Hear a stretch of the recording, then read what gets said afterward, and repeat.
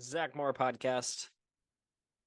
Zach Moore, alongside me, as always, is the wonderful Carmela. This time, um, she's almost a year. She's getting old. She's got a lot of energy. We took her to there's a dog park that's right down the road from us, and it's like a wide open place. And there's a lot of dogs that usually go there, even in the middle of the day.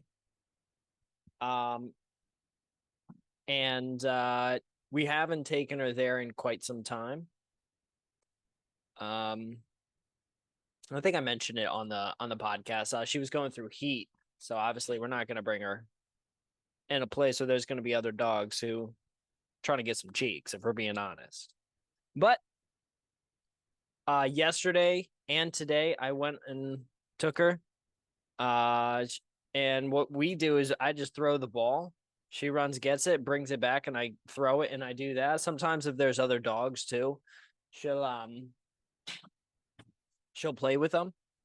And I'm sure I've said this many times on the show, but she surrenders. As soon as a dog starts playing with her or something, she rolls on her back and she exposes her stomach, and then she'll let the dog pretty. I mean, we've had dogs go at her throat where they don't attack her or anything, but they like bite, they nip at her throat, they like are using their paws smacking her in the face. And today we did have like a 4-month-old dog who was getting a little aggressive with her, and she fought back a little bit because it was like hitting her in the face and it was trying to bump into her and stuff, and then she held her ground after a while. But I would say overall a success. And in Pittsburgh today, it's like the last day before it's really going to start getting cold. Currently right now it is 79 degrees on October 4th, 2023, which is nice. I mean, I like the warm weather. I do not like the cold whatsoever. Um, but so it's one of the last nice days before it gets cold, and once it hits 50, 60 degrees, 40 degrees, I'm not taking her there. Unfortunately, she's got to figure it out how to get her, I guess, her social interactions in some other way. We'll figure it out though. That's not your concern. What is your concern is the topics on today's show, talking a little bit about Saturn, a little bit about Mars, a particular Mars mission. A new, I guess I wouldn't even say a discovery, but a new piece of evidence. Talking about if you know anything about taking algebra or geometry or any of those early math courses in high school, the Pythagorean theorem. We have a little bit of shake up there. So heavy science and technology show today. And then obviously we have to talk about the NFL. So without further ado, let's get into our first story. In this first story, like I mentioned earlier, we're going to talk a little bit about Saturn.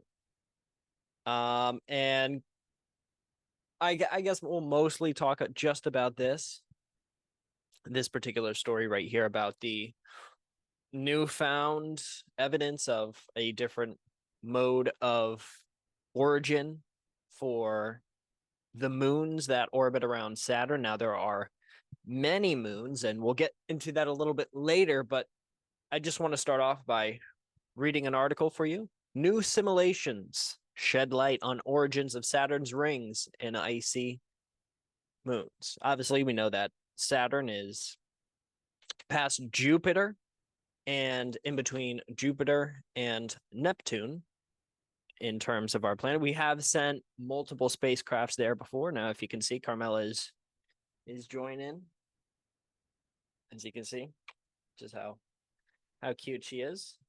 I don't know what she's trying to get, but maybe she's just that interested about talking about Saturn. So, anyways, we have sent multiple missions to Saturn itself, to many of its moons. And there's a lot to be excited about in terms of those moons. And one of my favorite subjects, life, that is not on this planet. There are a couple of candidates around Jupiter, a couple around Saturn on their moons, but we will have to wait and see until we send missions there to do more observations and do more work. Hey, what you doing? She wants to be in the podcast so much. Oh no, now she's climbing up. What you doing, mamas? All right, now she has joined my lap. She's becoming pretty big. She's not as light as she used to be, but anyways, let's take a look at this video right here. Exploring the origins of Saturn's rings and moons. New supercomputer simulations show a massive collision may have given the planet its iconic rings. So this is two icy moons orbiting the gas giants. So this is not actually Saturn in and of itself. These are things that are orbiting Saturn that collide. And as you can see,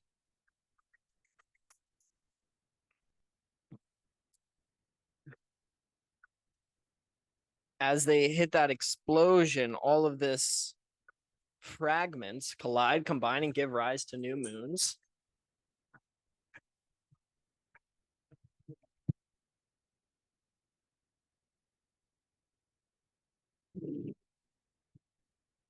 All right. And then it's easier to do this when you do not have a dog on your lap. My apologies, but she is cute, so she gets a pass. Let's finish up this video right here. And then we'll stop it right here. And if you take a look, let me close that out right there.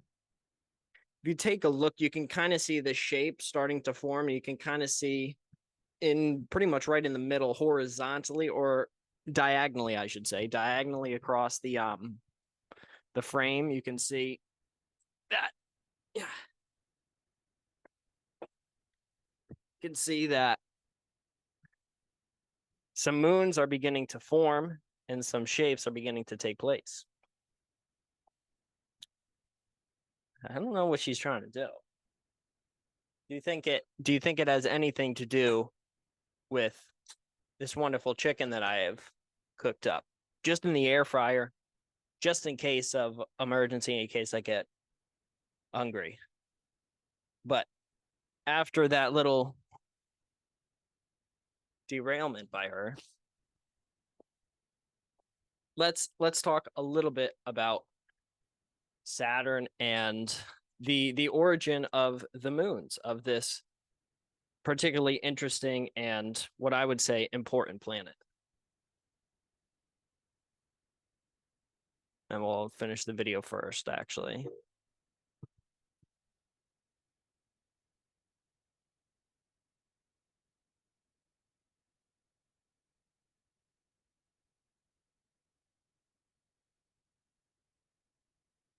Like I said earlier, history of its ring and potentially habitable icy worlds. So part of the creation of these, as you saw in the video, this collision, and then as everything kind of expands and explodes outwards.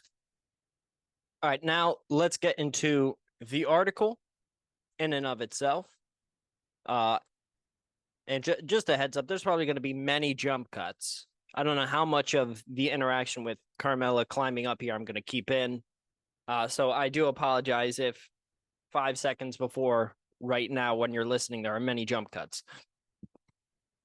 She went wild. She went crazy. I had to pause things. We had to have a conversation. We came to an agreement. She could have a treat if I get to eat the chicken wings.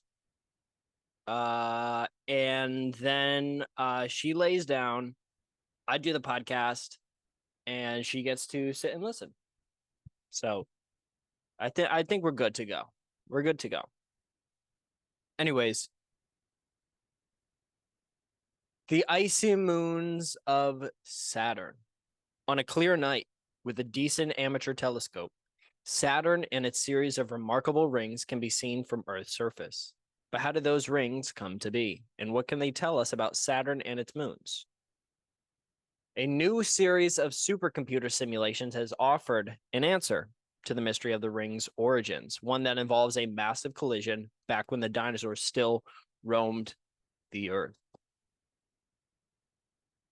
So kind of the same simulation that we saw a couple of weeks ago with the formation of the moon, or the supposed formation of the moon. This is kind of that same thing where they take a lot of data. They see how the current moons of Saturn are, what they're compromised of, how they're orbiting. If they could potentially, if you trace it back long enough, could there have been a time where two paths intersect and there could have been a collision?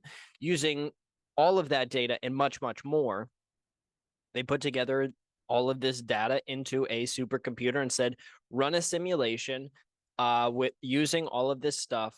What would it have looked like? I mean, it says here, back when dinosaurs still roamed the Earth. So we're talking a couple 100 million years ago. According to new research by NASA and its partners, Saturn's rings could have evolved from the debris of two icy moons that collided and shattered a few 100 million years ago. Debris that didn't end up in the rings could have also contributed to the formation of some of Saturn's present-day moons. And then, quote, there's so much we still don't know about the Saturn system, including its moons that host environments that might be suitable for life. Say Jacob Kajaris, a research scientist at NASA Ames Research Center in California, Silicon Valley. So it's exciting to use big simulations like this to explore in detail how they could have evolved. NASA's Cassini mission, which I talked about earlier, helped scientists understand just how young, astronomically speaking, Saturn's rings and probably some of its moons are. And that knowledge opened up new questions about how they formed. So let's say a rogue moon or a rogue planet got into the orbit somehow of Saturn, whether that's coming from outside the solar system or coming from just outside of the orbit of Saturn. And then because paths cross, it gets gravitationally pulled into Saturn. And then it collides with this other moon that was orbiting, or potentially two moons come into orbit and then they crash together in an orbit around Saturn. We'll get into it later, and I do have the actual scientific research paper as well that we can look at later as well. But keep in mind when speaking about this, there was let's go back. According to new research, NASA and its partners, Saturn's rings could have evolved from the debris of two icy moons that collided and shattered a few 100 million years ago. We are talking about Saturn's rings and the formation of them. I mean, it's the one of the coolest things about the Cassini mission, as it talks about here, is, or at least one of my favorite things. I don't know if it was all that important, but the Cassini spacecraft was able to take photos either of Saturn or out into space back looking at Earth through the actual rings of Saturn of itself. And obviously, using telescopes here on Earth, we're not able to get that type of resolution and that up close of an image to these rings. So it was really, really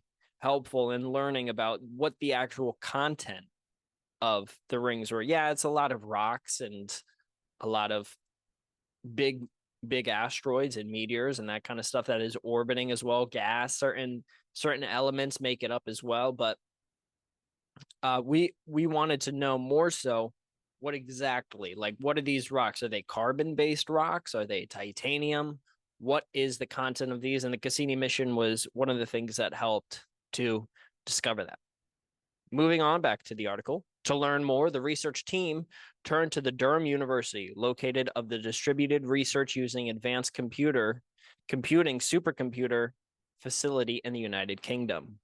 They modeled what different collisions between precursor moons might have looked like. These simulations were conducted at a resolution more than 100 times higher than previous such studies, using the open source simulation code Swift and giving scientists their best insights into Saturn's system history.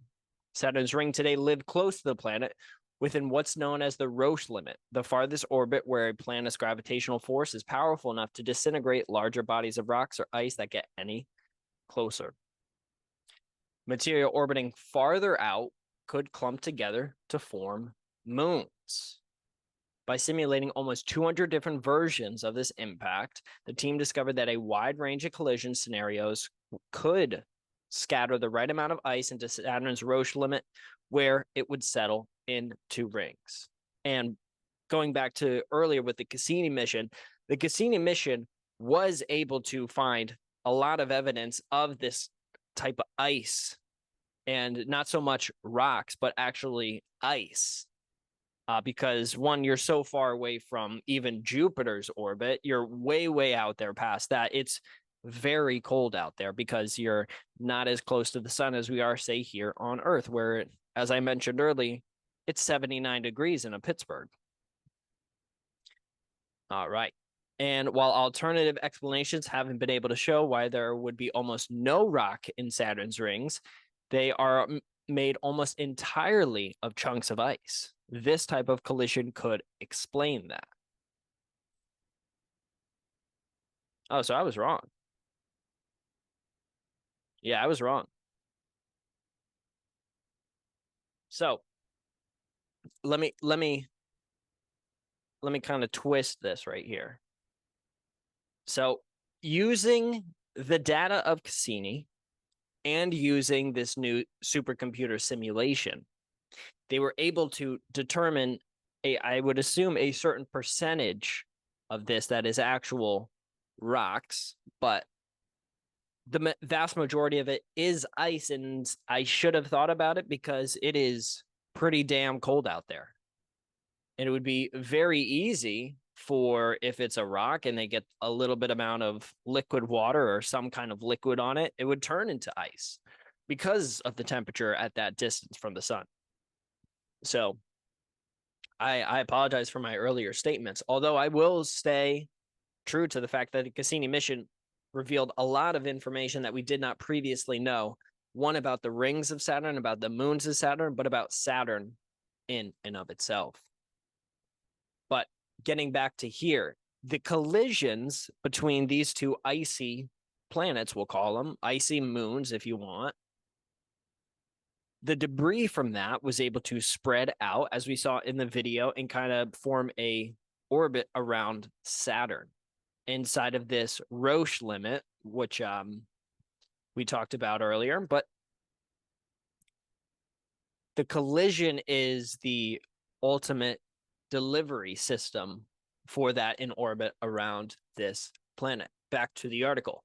This scenario naturally leads to ice-rich rings, and Vincent Eek, associate professor in the Department of Physics Institute for Computational Cosmology at Durham University and a co-author on the paper. When the icy progenitor moon smashes into one another, the rock and the cores of the colliding bodies is dispersed less widely than the overlaying ice. Ice and rocky debris would also have hit other moons in the system, potentially causing a cascade of collisions. Such a multiplying effect could have disrupted any other precursor moons outside of the rings, out of which today's moons could have formed. But what could have set these events in motion in the first place? Two of Saturn's former moons could have been pushed into a collision by the usually small effects of the sun's gravity, adding up to destabilize their orbits around the planet. In the right configuration of orbits, the extra pull from the sun can have a snowballing effect, a resonance that elongates and tilts the moon's usually circular and flat orbits until their paths cross, resulting in a high-speed impact. Interesting right there. Saturn's moon Rhea today orbits just beyond where a moon would encounter this resonance. Like the Earth's moon, Saturn's satellite migrate outward from the planet over time, so it gets further away. This is true about our moon. It moves a couple of Let me fact check. Let me fact check that before I say that so I don't get any more wrong. Does the moon move away from Earth? 1.49 inches. Okay. So that doesn't round up to 2. So it gets up, it moves away a couple centimeters a year. And now multiply that by millions and billions of years. The moon eventually is going to fly away. But back to the article. So if Rhea were ancient, it would have crossed the resonance in the recent past. However, Rhea's orbit is very circular and flat. This suggests that it did not experience the destabilizing effects of the resonance and instead formed more research. The new research aligns with evidence that Saturn's rings formed recently, but there are still big open questions. If at least some of the icy moons of Saturn are also young, then what could that mean for the potential for life in the oceans under the surface of worlds like Enceladus? Can we unravel the full story from the planet's original system? That is good to ask. Good questions to ask. Let's take one more look at this video right here. Once again, put a little bow on this. See the collision right there. New supercomputers show a massive collision may have given the planet its iconic rings. And now you can see these are two both made of ice. Now, where I was wrong earlier was I had believed it to be that the majority.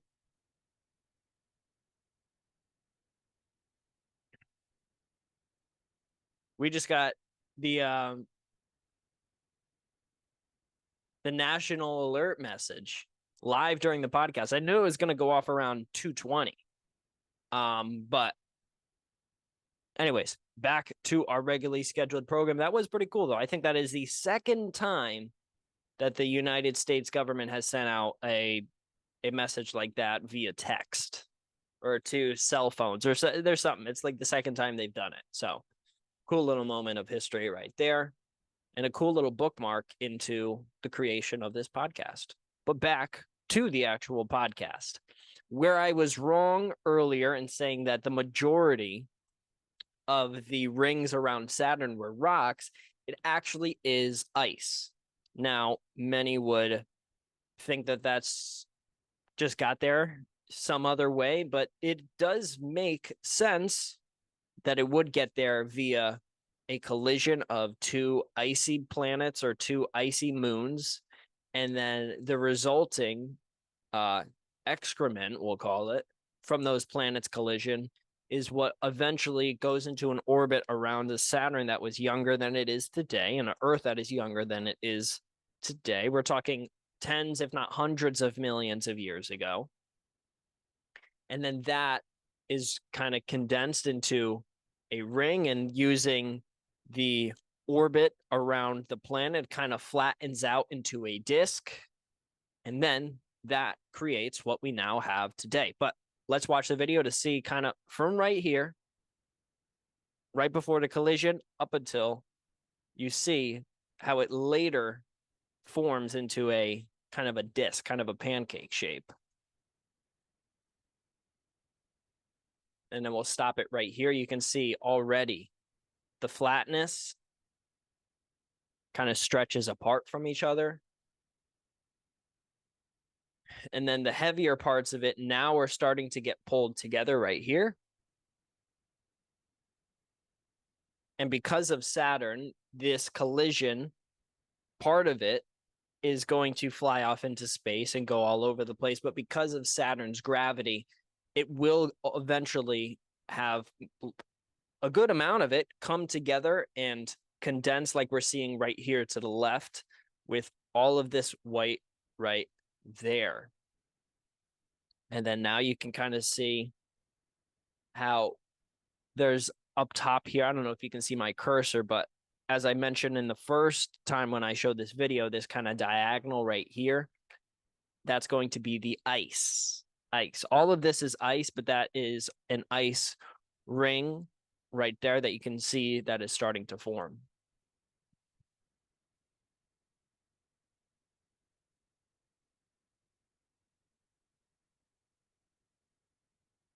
See it's starting to turn on its axis as well, trying to rotate a little bit. It looks just beautiful.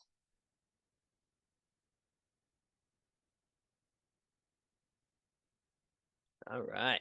Very cool. Very cool. Yeah, so let's talk a little bit about Saturn and potentially the creation of the actual thing right here.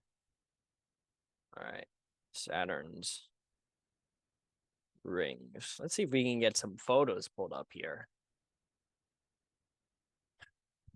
Yeah, you can see right here 3 days ago, scientists believe the rings began forming from a massive impact between two icy moons, all the way back when dinosaurs were still roaming around the surface of the Earth. But let's go to some images right here. This is an actual image from the Cassini spacecraft. Very cool. Same with this right here. This is an image from the Cassini spacecraft. I mean, just absolutely seeing this kind of stuff. I mean, it could be faked. This could be completely made up. They could be not actually doing this. They could be making this in a computer simulation, but I like to believe that they actually went to Saturn and took this photo on a Cassini spacecraft before plunging it into the Saturn's atmosphere. But you can see the moons, or not the moons, but you can see the ring right here. Different layers to it, and it's not super thick. It's not super dense either. Yeah. See kind of right there, kind of what it would look like. The rocks that make it up right there. Then we got right here, you can kind of see the orbit and stuff around. Cassini, Pan, B ring, D ring, C ring, A ring, outer ring.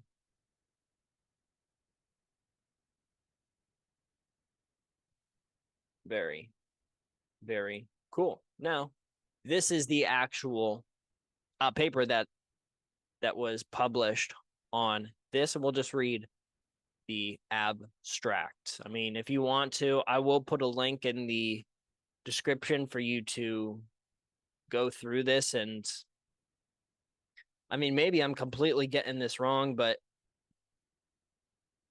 I'm just going to read the abstract, and well, we'll continue to talk about the subject. But in this abstract, a recent impact origin of Saturn's rings and moon and mid-sized moons by all of these authors in the Astrophysical Journal.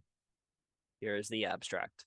We simulate the collision of precursor icy moons analogs to Dione and Rhea as a possible origin for Saturn's remarkably young rings.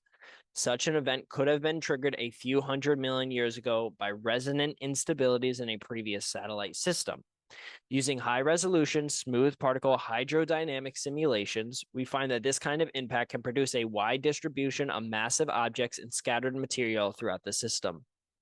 This includes the direct placement of pure ice ejecta onto orbits that enter Saturn's Roche limit, which could form or rejuvenate rings. In addition, fragments and debris of rock and ice totaling more than the mass of Enceladus, a moon, can be placed onto highly eccentric orbits that would intersect with any precursor moons orbiting in the vicinity of Mimas, Enceladus, or Tethys. This could prompt further disruption and facilitate a collisional cascade to distribute more debris for potential ring formation, the reformation of the present-day moons, an evolution into an eventual cratering population of planetocentric impactors. Very cool. Yeah, and if you want to, on your own, read this and look at all the data, go ahead and do it. We got almost 2,000 downloads on it. Love to see it. Yeah, and then here is just something that I want to touch on before we move on. The age of these rings. I would assume that you would think that Saturn is a very old planet. It's been around for a while. Did it come stock? Did it come equipped straight off the top with these rings? And if you had asked me maybe a couple of months ago, a couple of weeks ago, I probably would have said, I mean, maybe after like 50 years it formed, but I'm not sure. But there was 3 recent studies by scientists at NASA's Ames Research Center in California, Silicon Valley, where they examined data from the Cassini mission and provided evidence that Saturn's rings are both young and ephemeral in astronomical terms, of course. Another picture of the Cassini spacecraft view from orbit at Saturn on January 2nd, 2010. In this image, the rings on the night side of the planet have been brightened significantly to more clearly reveal their features. On the day side, the rings are illuminated both by direct sunlight and by light reflected off Saturn's cloud tops. This natural color view is a composite of image taken in visible light with the Cassini spacecraft narrow angle camera at a distance of approximately 1.4 million miles from Saturn. The Cassini spacecraft ended its mission September 15th, 2017. I remember where I was that day. I was a freshman in college, and this was one of the very, very first actual missions in which I really paid attention to, and this is one of the things that really got me into space and the search for life outside of our own planet and what the implications are for our society, our civilization as a whole, if there is life outside of Earth. So very pretty picture here. But let's continue on with the article. While no human could have ever seen Saturn without its rings, in the time of the dinosaurs, the planet may not have yet acquired its iconic accessories, and future Earth dwellers may again know a world without them. 3 recent studies by scientists at NASA's Ames Research Center in California's Silicon Valley examined data from NASA's Cassini mission and provide evidence that Saturn's rings are both young and ephemeral. The new research looks at the mass of the rings, their purity, how quickly incoming debris is added, and how that influences the way the rings change over time. Put those elements together, and one can get a better idea of how long they've been around and the time they got left. The rings are almost entirely pure ice.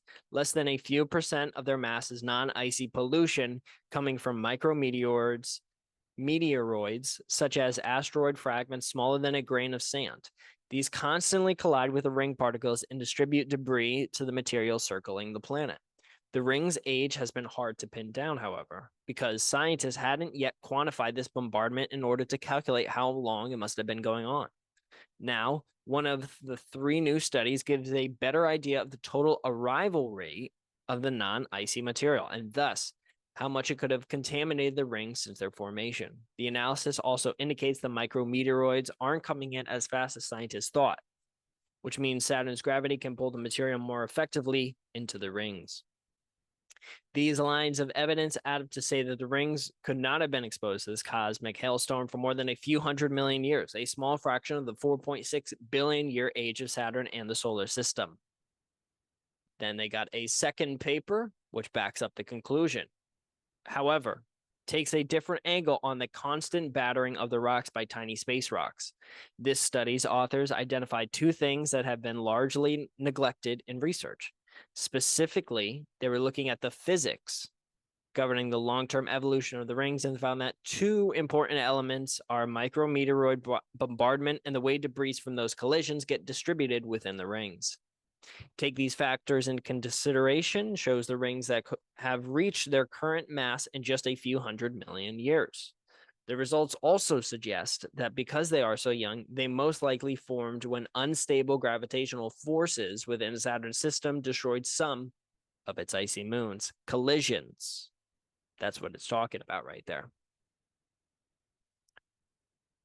The idea that the iconic main rings of Saturn might be a recent feature of our solar system has been controversial, said Jeff Cuzzy, a researcher at Ames and co-author on one of the most recent papers. But our new results complete a trifecta of Cassini measurements that make this finding hard to avoid. Saturn then may have been around more than 4 billion years before adopting its current look. But how much longer can it count on sporting the beautiful rings we know today? The Cassini mission discovered the rings are losing mass quickly as material from the innermost regions falls into the planet. The third paper quantifies the first time how fast ring material is drifting in this direction into the planet itself. Their collisions with existing ring particles and the way that the resulting debris gets hurled outward combine to create a sort of conveyor belt of motion carrying ring material in towards Saturn. By calculating what all that jostling of particles means for their eventual disappearance into the planet, the researchers arrive at some tough news for Saturn's. It may lose its rings in the next few 100 million years. So maybe there's 800 million years of rings around Saturn, and then after that point, there is none unless there is another moon collision, which creates more particles to orbit around, which is not completely out of the realm of possibility. I think these results are telling us that constant bombardment by this foreign debris not only pollutes planetary rings, it should also whittle them down over time, said Paul Estrada, a researcher at Ames and co-author of all three studies. Maybe Uranus and Neptune's diminutive and dark rings are the result of that process. Saturn's rings are being comparatively hefty and icy, then is an indication of their youth. Interesting. Now, this isn't like a super important study, right? It's not world changing. It's not a holy crap. This isn't an Osiris Rex story, right? It's just something cool to know that the as we know right now, the leading thought is that maybe or most likely a collision between moons created the iconic rings around Saturn. Now, there are other planets with rings around them as well, but Saturn is the one planet which we associate it the most with those rings. But very cool. Very, very cool. And speaking of very cool, the next story is something I'm excited about. I had completely forgotten about this mission. I completely forgot that this was a real thing. The Mars sample return mission. Send your name to Mars. I have done this. Yeah, I did this. Yeah. Hold on.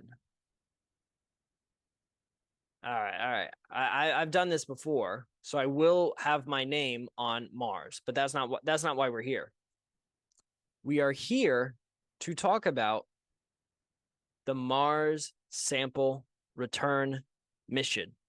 NASA and the European Space Agency are developing plans for one of the most ambitious campaigns ever attempted in space, bringing the first samples of Mars material safely back to Earth for detailed study. We did talk last podcast about Osiris Rex getting a massive amount of samples from an asteroid for the first time in our civilization. And I talked about the importance of that and how that could really give us a lot of guidance on whether or not Earth and ultimately life on Earth started via these asteroids coming into our atmosphere and spreading the different materials that they have on it, whether that's water, whether that's CO2, whether that's just straight up carbon. That coming into our atmosphere could have been the spark for life on the planet, but we aren't too sure. But let's watch this video right here from the sample return mission.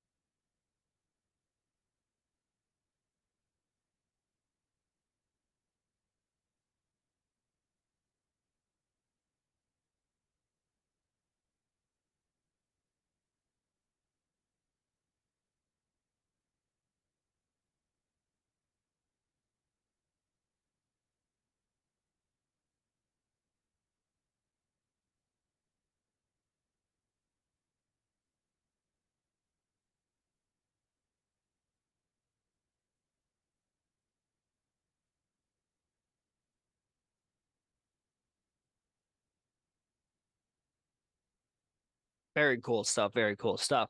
So basically, this is a mission, which let's just go to the overview, which is basically to try and get samples from Mars surface, bring it back here to Earth, and see what we discover.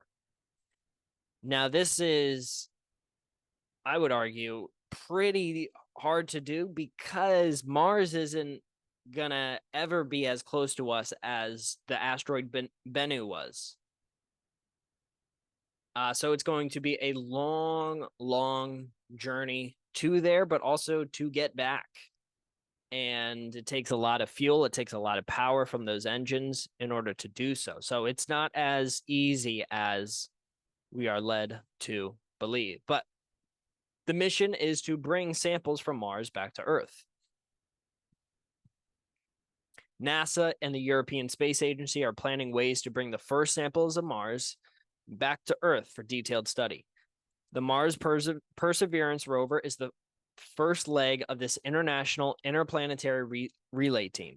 Its job is to collect and cache samples on Mars. A sample retriever lander would land near or in Jezero crater, bringing a small rocket on which the samples collected by Perseverance would be loaded. Two Ingenuity-like helicopters would provide a secondary capability to retrieve samples on the surface of Mars. Once the sample cache is launched off the red planet, another spacecraft would capture it in Mars orbit and then bring it to Earth safely and securely in the early to mid-2030s. These first collected and returned samples could answer a key question. Did life ever exist on Mars? Only by bringing the samples to Earth can we truly answer the question by using the most sophisticated state-of-the-art labs at a time when future generations can study them using techniques yet to be invented. So let's get into a little bit of exactly what this whole thing is about. There's a couple of things that I wanted to talk about, but let's talk about the vehicles that will be involved in the mission, because I think that is probably the coolest piece. The ascent vehicle looks like a giant rocket right here, and they've done some testing, which is why I originally saw that this mission was going to happen. I saw a NASA Ames. I followed them on Instagram, and I saw that they posted a like test footage of this rocket. Not the fully completed thing as we see right here, but they did a test of I guess an engine. But the Mars ascent vehicle. All right, let's just go to spacecraft and right here. All right, me and our spacecraft. We will start with the Mars ascent vehicle right here. So the Mars Ascent Vehicle is a lightweight rocket that would transport the sample return container or orbiting sample into Mars orbit as part of NASA and the European Space Agency's Mars Sample Return Program. It would be the first rocket ever to launch off the surface of another planet and would transport the sample tubes containing Martian rock, atmosphere, and loose surface material into orbit around Mars. The rocket and enclosed sample container would travel to Mars inside the sample retriever lander and would remain aboard until loaded with samples and prepped for launch. Once the sample container reaches Mars orbit, ESA's Earth return orbiter would capture and store it in a secure containment capsule for safe delivery to Earth. See, right here it is planned launch in 2028 on board NASA's sample retrieval lander, and it should arrive to Mars in 2030. All right, so just some general specs. It's going to be pretty large, so about 10 feet tall, 992 pounds or so, 992 pounds on Earth, but 372 pounds on Mars. Mars is a smaller planet and less dense and ultimately less mass than here on Earth. So the gravitational force that will be placed upon this ascent vehicle will be about a third of what it will be here on Earth. So good thing to keep in mind. Right. And then in terms of speed, 2.5 miles per second. The MAV would reach its desired orbit in about 10 minutes after launch. All right. And then you can see right here, you saw this in the video, but this is a concept of what they would use to gather the samples, place them into this holding device or container, and ultimately transport back to Earth. Quick facts for the return container. This is supposed to be aboard the retrieval lander and planned return of samples back to Earth. This is the important thing. No earlier than 2033. So if all things go according to plan, it will take until 2033 for us to even get samples back to Earth. All right, now let's go to the actual lander. This is the thing that's going to be on the surface of Mars, and that's what it will look like. NASA's sample retriever lander would touch down on Mars and remain in place to receive a diverse collection of scientifically curated samples of Martian rock already collected and cached by NASA's Perseverance rover. The lander would be the first ever to bring along a rocket, NASA's Mars Ascent Vehicle, and 2 helicopters to achieve the goal of bringing the samples safely to Earth. The Mars Ascent Vehicle would launch off the red planet, what we just talked about, carrying samples into Mars orbit to meet the Earth return orbiter provided by the European Space Agency.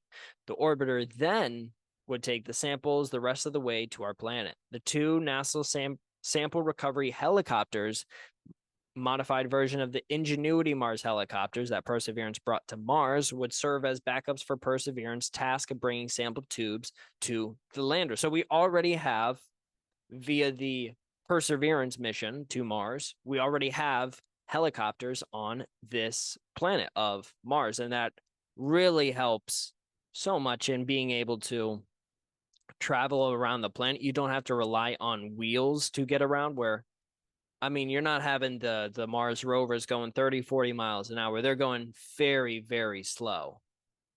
And with the helicopters, they're just more easily able to move around. So you can get to different areas much, much quicker with a lot less energy. In addition, the lander would carry European Space Agency sample transfer arm to load the sample tubes into the Mars ascent vehicle.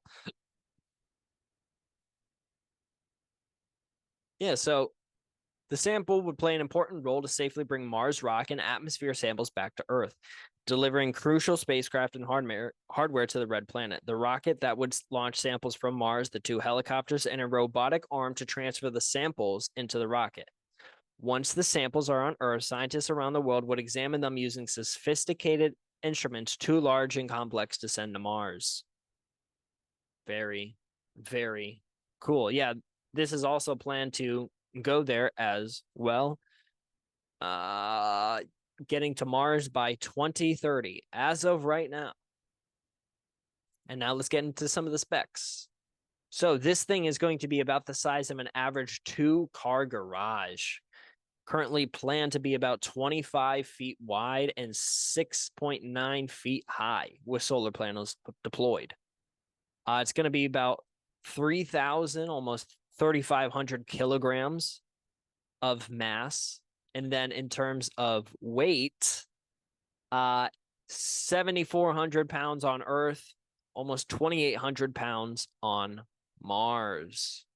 And the power source, 5 solar panels, about 7.2 feet in diameter, and a secondary battery to power the lander on the surface of Mars. This will be the biggest lander ever sent to Mars.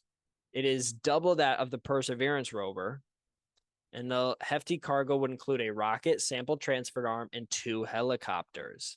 Now, let's get into these sample recovery helicopters. These things are pretty cool. You can kind of see what they might potentially look like. The sample recovery helicopters are modeled after the successful Ingenuity Mars helicopter carried to the Red Planet by NASA's Perseverance rover. These specialized rotorcraft would be a secondary method of sample retrieval for the NASA or ESA Mars sample return campaign. Currently, the Perseverance rover, which has already been collecting a diverse set of scientifically curated samples for potential safe return to Earth, is planned as the primary method of delivering samples to the sample retrieval lander. The sample recovery helicopter would expand on Ingenuity's design, adding wheels and gripping capabilities to pick up cache sample tubes left on the surface by Perseverance and transport them to the sample retrieval lander. And this is going to serve as another method of retrieving cache samples on Mars. This thing would help ensure the best chance of successfully returning a scientifically compelling selection of Mars rock and soil samples to Earth. You can kind of see what it looks like right there. Pretty legit.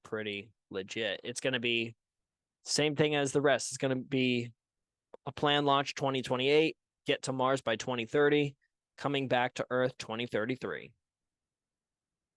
All right, so it's about the size of the Ingenuity Mars helicopter, which I will pull up in a second. So we can see some video of it actually flying and doing some things.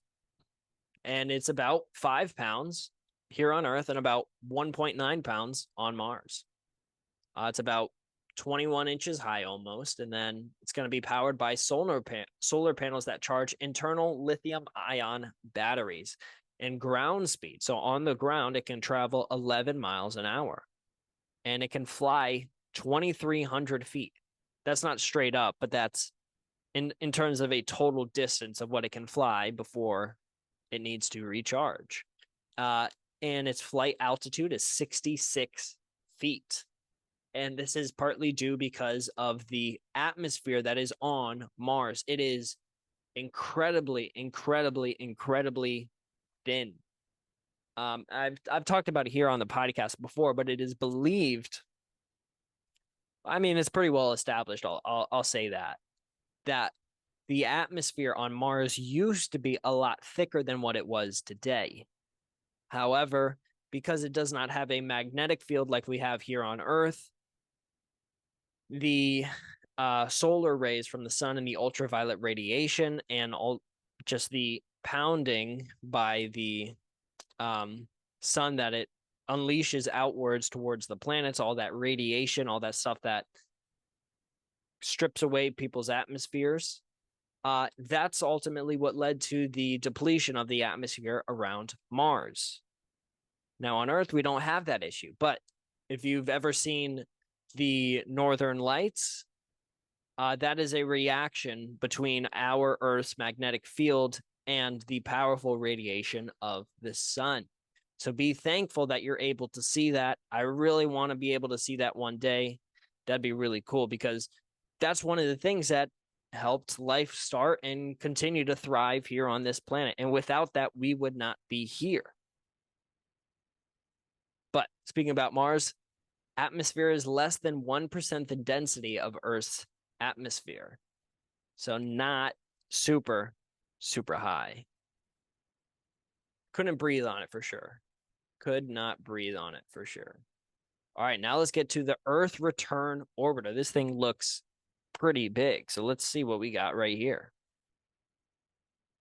The Earth Return Orbiter, provided by the European Space Agency, would be the first interplanetary spacecraft to capture an object in orbit around another planet and make a full round trip to Mars and back. It would also be the biggest ever spacecraft to order the red planet. The spacecraft would locate, intercept, and capture a volleyball-sized capsule launched from the surface of Mars, carrying a carefully selected set of samples of Mars rocks and atmosphere previously collected by NASA's Perseverance rover. The entire campaign would be operated autonomously away from Earth at over 31 million miles away. Once the orbiter has completed rendezvous, it would perform a maneuver to capture the orbiting sample container within the NASA-provided capture, containment, and return system aboard the orbiter, housed on the upper deck of the ERO spacecraft. To do this, ERO would use high-performance cameras to detect the orbiting sample at over 620 miles distance. Dang. They need to put that in the iPhone. Once locked on, it would track it continuously using cameras and LiDAR sensors throughout the rendezvous phase, all the way up to capture by CCRS. CCRS will sterilize the outer components. All right. Having already spent 3 years to reach Mars and perform its support of surface operations by the lander, rendezvous and capture mission, the orbiter would jettison major elements of the CCRS hardware while still in orbit around Mars to reduce mass before embarking on its 2-year journey back to Earth. About a week before arrival at Earth, and only after successfully completing a full system safety checkout, the spacecraft would be configured to perform the Earth return phase.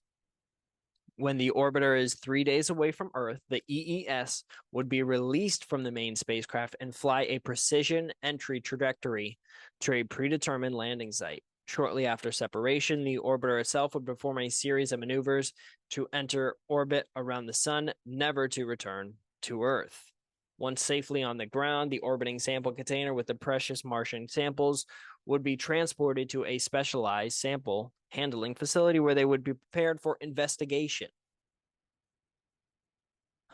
So this thing is going to be pretty big. And it's going to orbit about 202 miles above the surface. So the wingspan, you can see the massive solar array right here.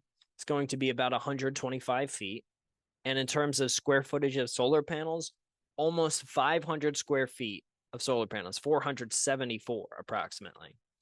It's going to be about 25 feet tall, and it's going to weigh about 15,000 pounds, which is crazy. And it will use hybrid electric and chemical propulsion. So we're not putting really the rockets that you and I are familiar with on this either.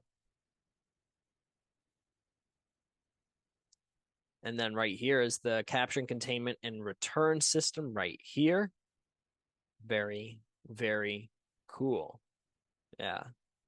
And then this little device right here is going to be 6.5 feet by 8 feet by 5 feet, approximately 1,300 pounds. And then it's going to be 220 pounds at Earth entry. Very, very cool.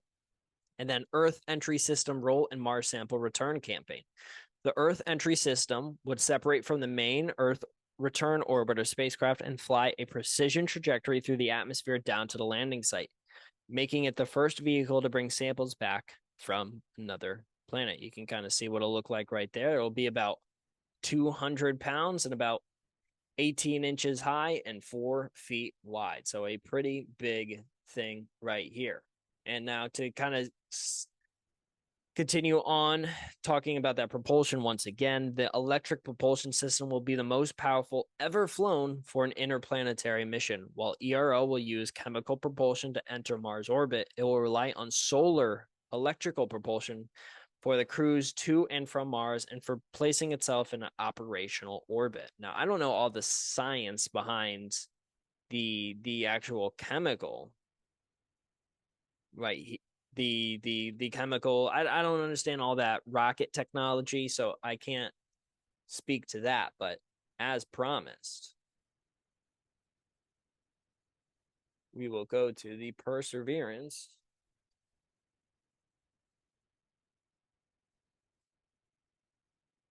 Perseverance helicopter. There we go. This thing is sweet. Look at this. You can see as this helicopter comes from the bottom of your screen right there. It's getting its wings ready. It's getting ready to fly a little bit. And boom, we have liftoff. Looks very small from there, but obviously the Ingenuity rover is watching from pretty far away. Just a simple go up, do a little turn.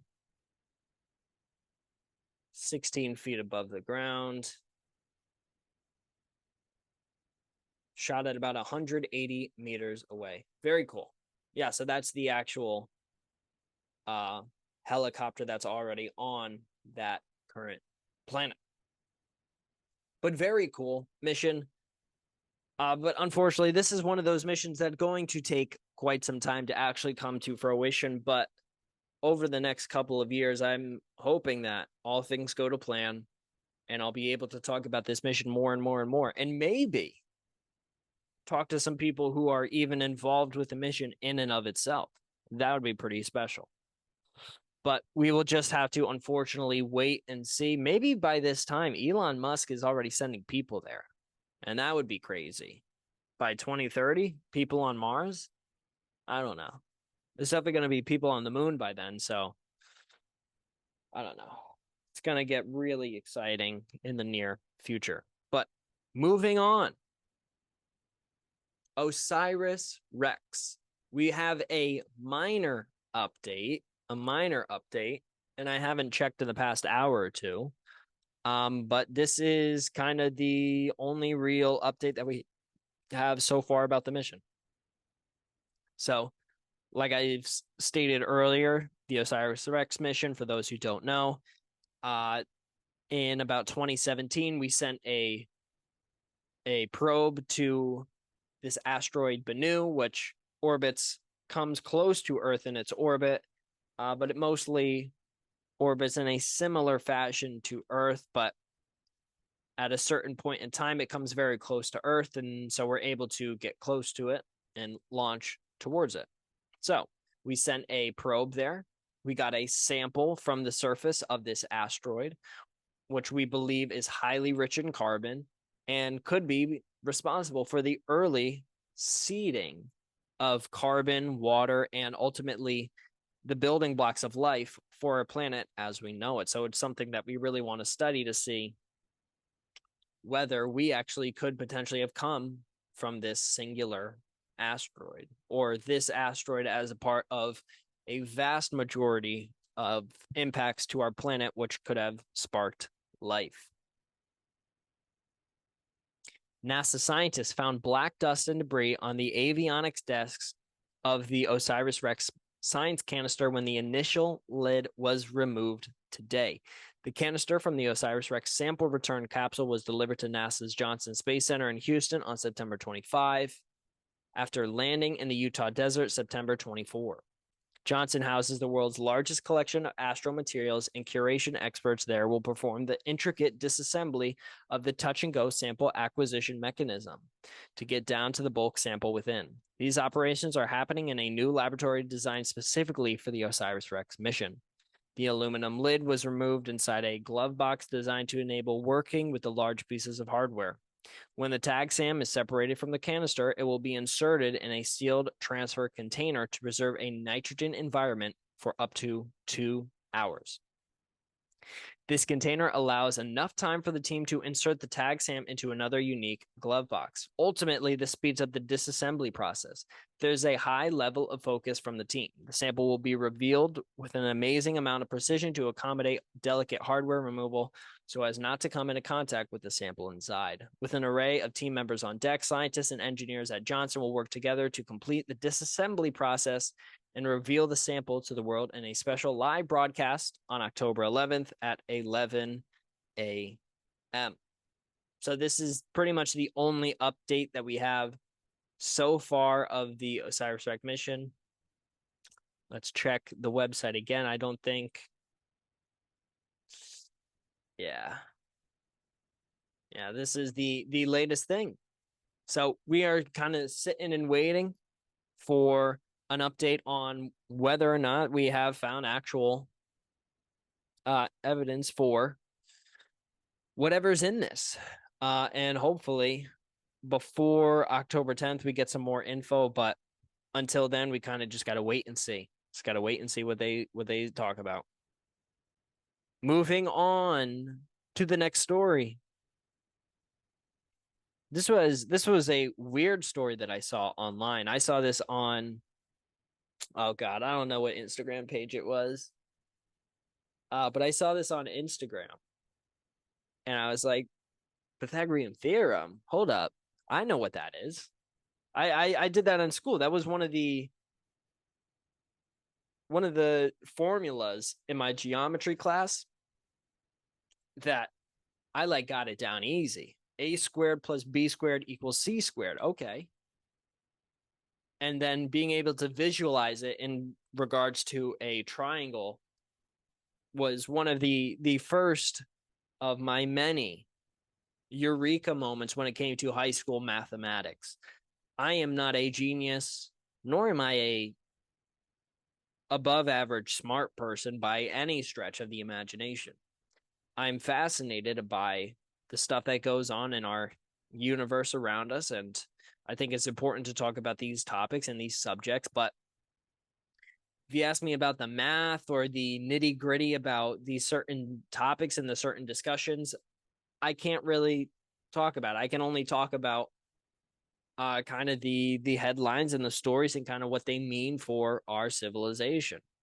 If you ask me, what type of engine did they use on the Saturn V rocket that helped us get into this certain thing? I can't get that deep. I can tell you how cool the Saturn V mission was and the importance of it for our civilization, but I am not able to give a proper explanation on the basic science of it. However, with something like the Pythagorean theorem, that's a formula that I know. I have a lot of confidence in being able to understand that formula. But this story here for us is Pythagoras. What's going on with this guy? Ancient Babylonian tablets suggest Pythagoras did not discover the famous theorem, but only popularized it 1,000 years later. The ancient Greek Pythagoras is credited for creating the Pythagorean theorem. The math is used to find the missing side of a right triangle. A recent find suggests the concept was formed 1,000 years before his birth. Now we get into the article. A recent discovery suggests the Pythagorean theorem could be the world's oldest known case of plagiarism. The ancient Greek philosopher born in 570 BC is credited for creating the math that helps find the missing side of a right triangle. But a modern-day mathematician uncovered an ancient Babylonian tablet with a concept that predates Pythagoras' birth by more than 1,000 years. The evidence was translated from a clay tablet labeled YBC 7289, formed between 18 and 1600 BC, which uses principles of the Pythagorean theorem to calculate the length of a diagonal inside of a rectangle. Experts believe the ancient Greek philosopher may have heard about the theorem by word of mouth and popularized it, but still made it his own. And I guess this is it right here. This is the actual tablet. Very cool. View gallery. Let's take an image. A modern day mathematician uncovered an ancient Babylonian tablet. This thing is pretty sweet. That's the reverse side of this tablet. The tablet has markings etched throughout, showing a tilted square and its two diagonals with some marks engraved along one side and under the horizontal diagonal. Legend has it that Pythagoras discovered his theorem in a palace hall. Dude had a sweet beard. Respect. When bored, he studied the stone square tiles and pictured right triangles within the tiling. He recognized that the area of the squares on the side lengths was equal to the square on the hypotenuse. From this observation, he believed the same would be true for right triangles of unequal side lengths. Sometimes after this experience, he arrived at the proof of his theorem by the deductive method. Mathematician Bruce Ratner, who conducted the research, has a PhD in mathematical statistics and probabilities from Rutgers University. He wrote, "There is concrete, not Portland cement, but a clay tablet, evidence that indisputably indicates that the Pythagorean theorem was discovered and proven by Babylonian mathematicians 1,000 years before Pythagoras was born." Ratner published the study in the Journal of Targeting, Measurement, and Analysis for Marketing in 2009, but the work has since resurfaced online. So this isn't something that has been, or this isn't a claim that has been made super recent. This was back in 2009. The tablet has markings etched throughout, showing a tilted square and its two diagonals with some marks engraving along one side and the horizontal diagonal. And you can see it clear as day right here. Yeah, that's what we call a triangle. Man. I guess I'll take his word for it. What if they just accidentally were trying to chip off a piece of it and they were trying to get a triangle so they could get a doorstop? Because I don't know where exactly they discovered this, but maybe in 1600 BC they had a lot of wind coming in, a lot of rain coming in, and they wanted to be able to leave the door open so that they could get some airflow into their house or whatever, and they needed a doorstop. Could this actually be the first discovery of a doorstep? I guess we'll never know. I guess I'll have to write a paper on that.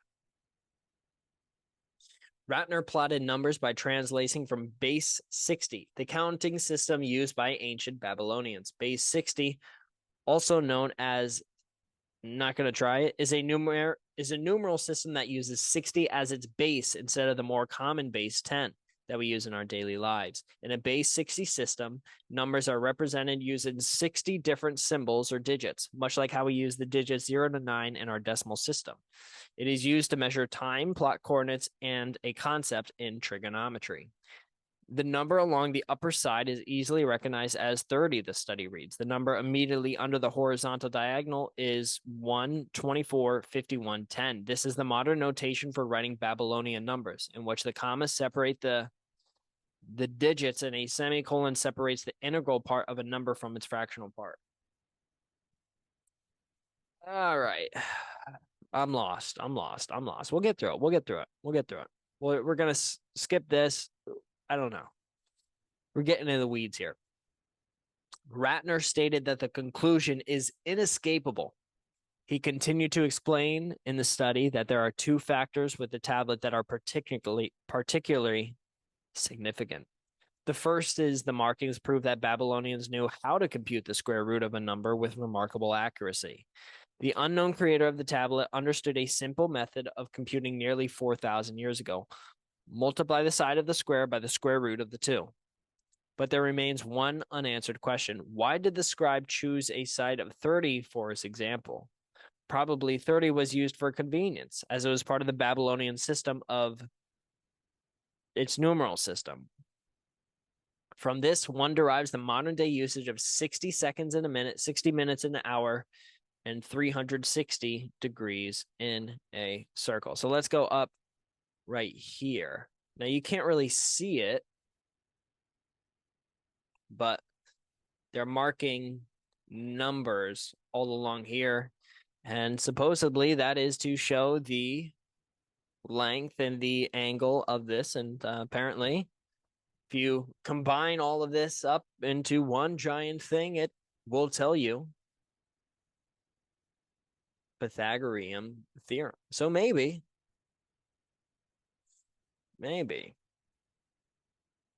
Now, how did they get this tablet? These are good questions. I mean, how big is this thing too? I mean, that thing looks pretty large. Interesting. Very cool. Wow. Wow. Wow. Wow. Wow. Just a cool story that I thought. The Pythagorean theorem, the Mars mission, and Saturn in and of itself.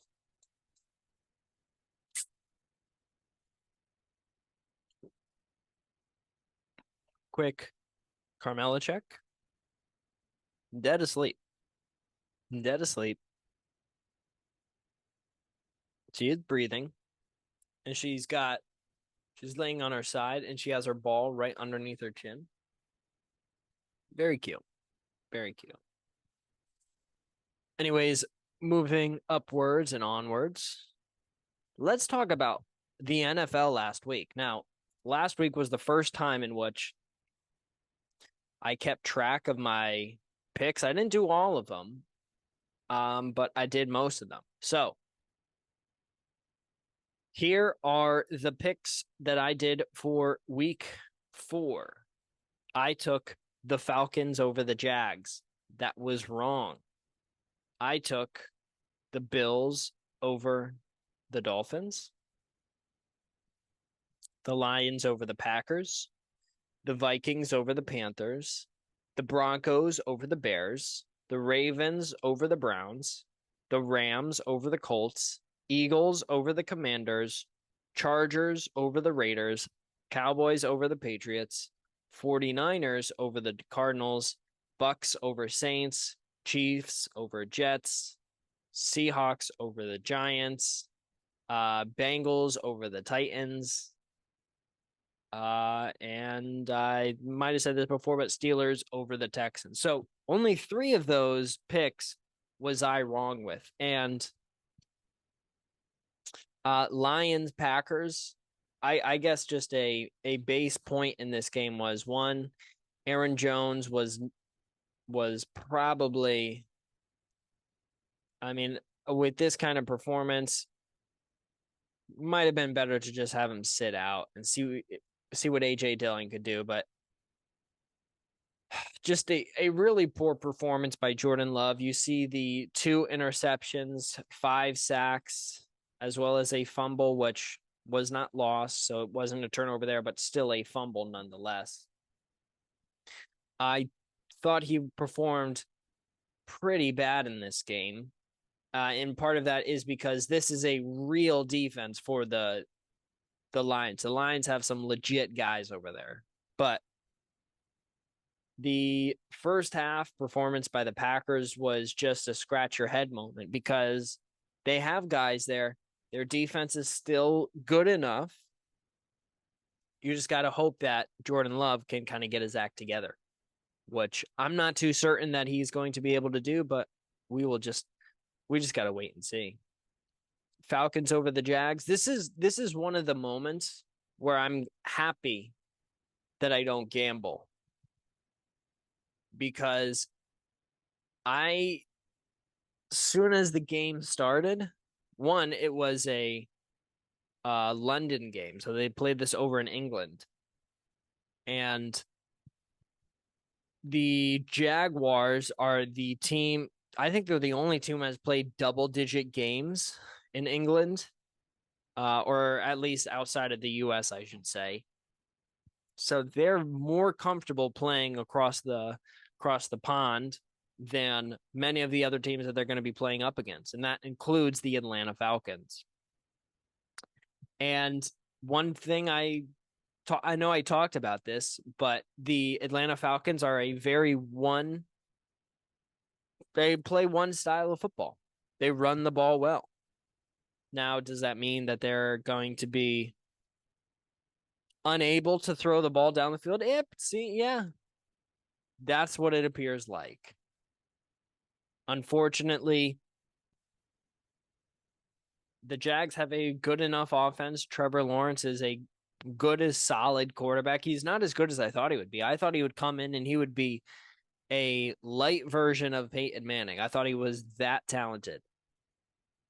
It has not panned out that way, but the team is still not in the worst position. But this was a case of, okay, the Falcons are unable to run the ball. Let's see what their quarterback can do. You can see right here, still 127 yards rushing, but once you get down like this, I mean, you look at where they were at halftime, 17-0 at halftime. That means coming out of halftime, you got to start throwing the ball. You really got to rely on Desmond Ridder to try and get you some points. But unfortunately, that didn't happen until this third quarter where you were like, okay, they got a little bit of life. But they just weren't able to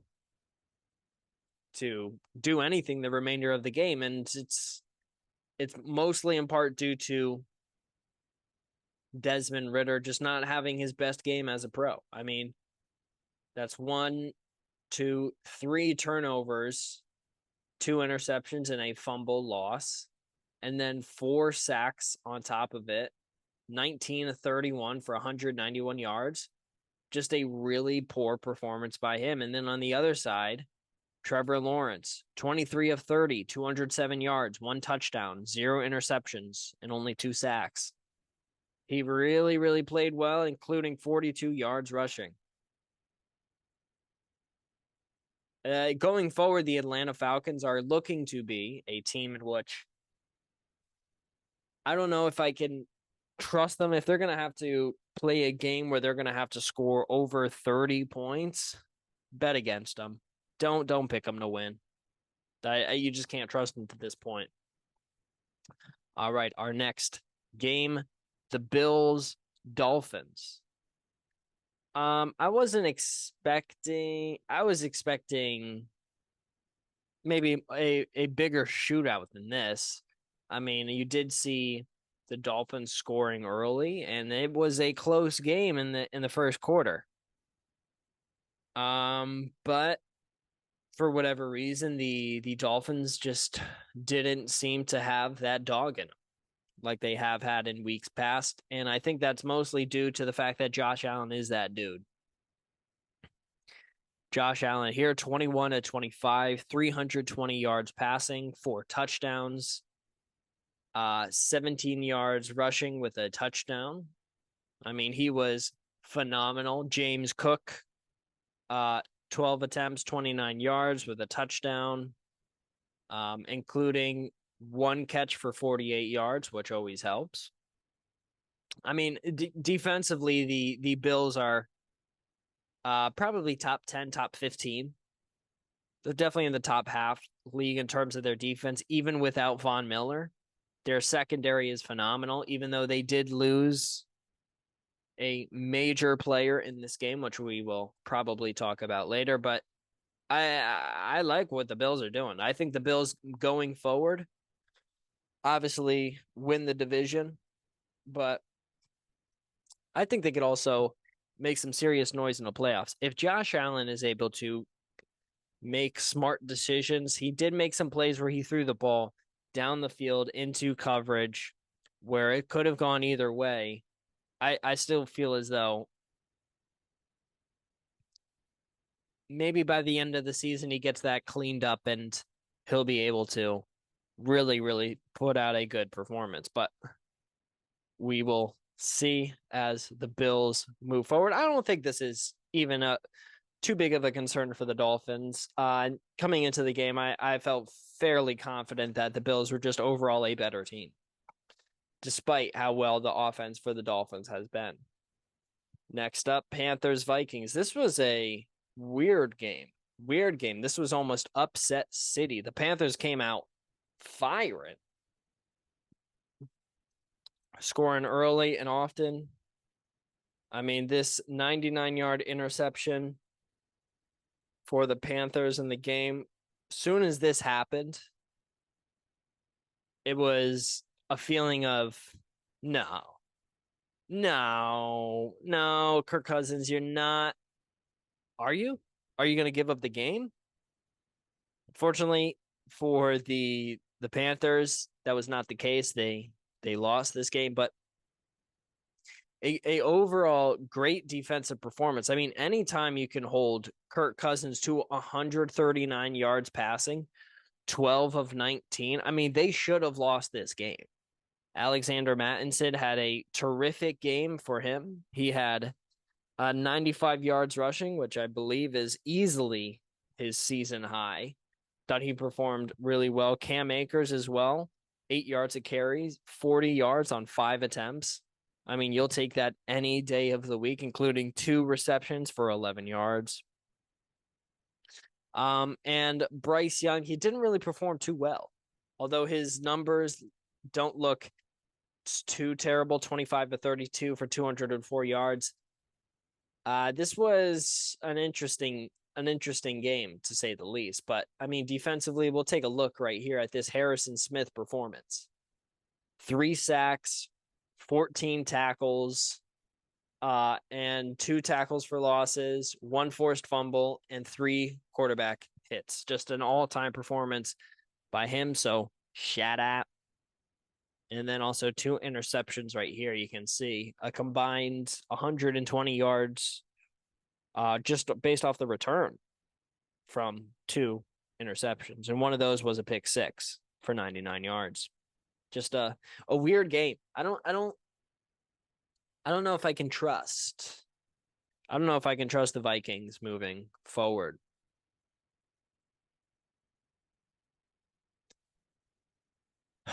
All right, coming up next, Broncos, Bears. This was one of the games where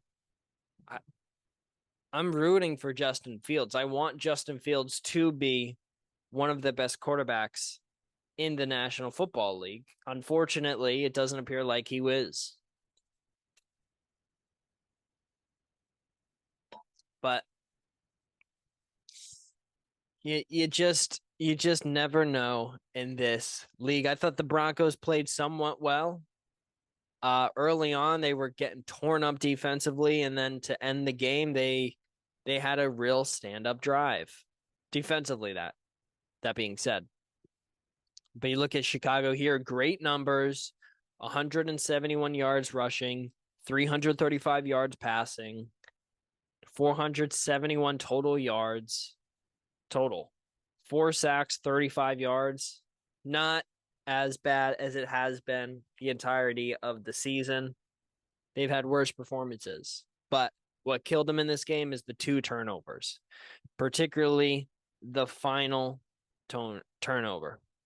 I mean, you see a great stat line from Justin Fields, but 28, 35, 335 yards, 4 touchdowns, 1 interception, 4 sacks.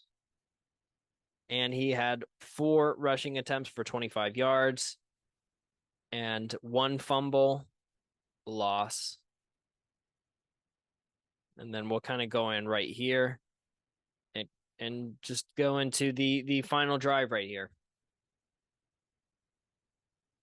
About 2 minutes remaining. You want to see a game-winning drive by Justin Fields. Throughout the entirety of the game, he had been playing well. That is up until this final drive. And in order to be an elite quarterback, you have to be able to make these kinds of plays. You have to be able to have good performances. And unfortunately, Justin Fields just wasn't able to get it done.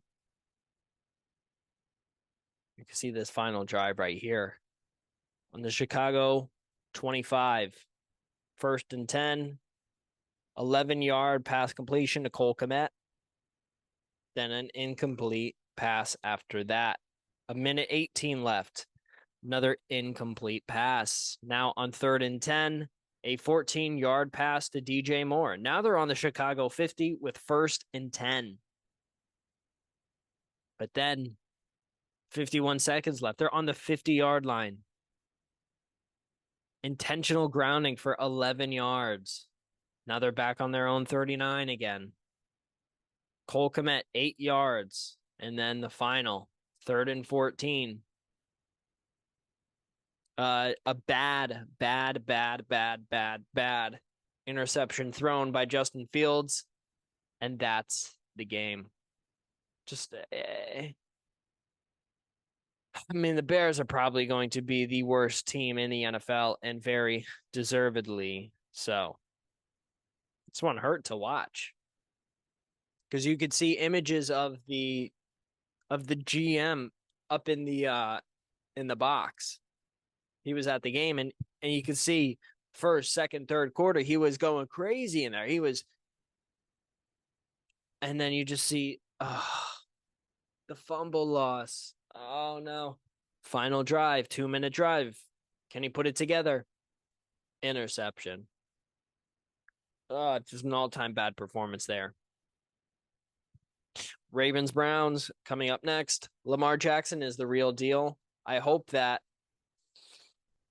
the Browns can get healthy. I want to see Deshaun Watson back out there again, because this is not a good formula without their number one guy. I mean, 19 of 36, 121 passing yards, 3 interceptions, 4 sacks, 1 fumble.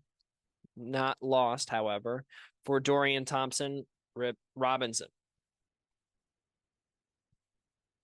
This was just simply a quarterback mismatch, and so as soon as you found out that Deshaun Watson was out for the game, you kind of knew how this game was going to go. But I am hoping that the Ravens can get healthy. Rams, Colts. This was one where I really thought that the Rams just offensively looked really good early in this game. 14 points in the first quarter. You'll always take that. Started off on a really solid foot and kind of cooled off for the remainder of the game. It's just there's these drives where the Rams can go back to back to back, and Matthew Stafford's making a throw and a player's running the wrong route, or they put together a good couple of plays, they get a first down, they march down the field, and then they go 3 and out. And then they're left with their defense, which is not even remotely close to as good as their offense was. And the second half is what almost lost the game for the Rams. But shout out to the Rams winning in overtime. But they gotta get their defense figured out for sure. Steelers, Texans. Not at all. Not at all what I had expected to happen in this game. CJ Stroud, 300 yards passing.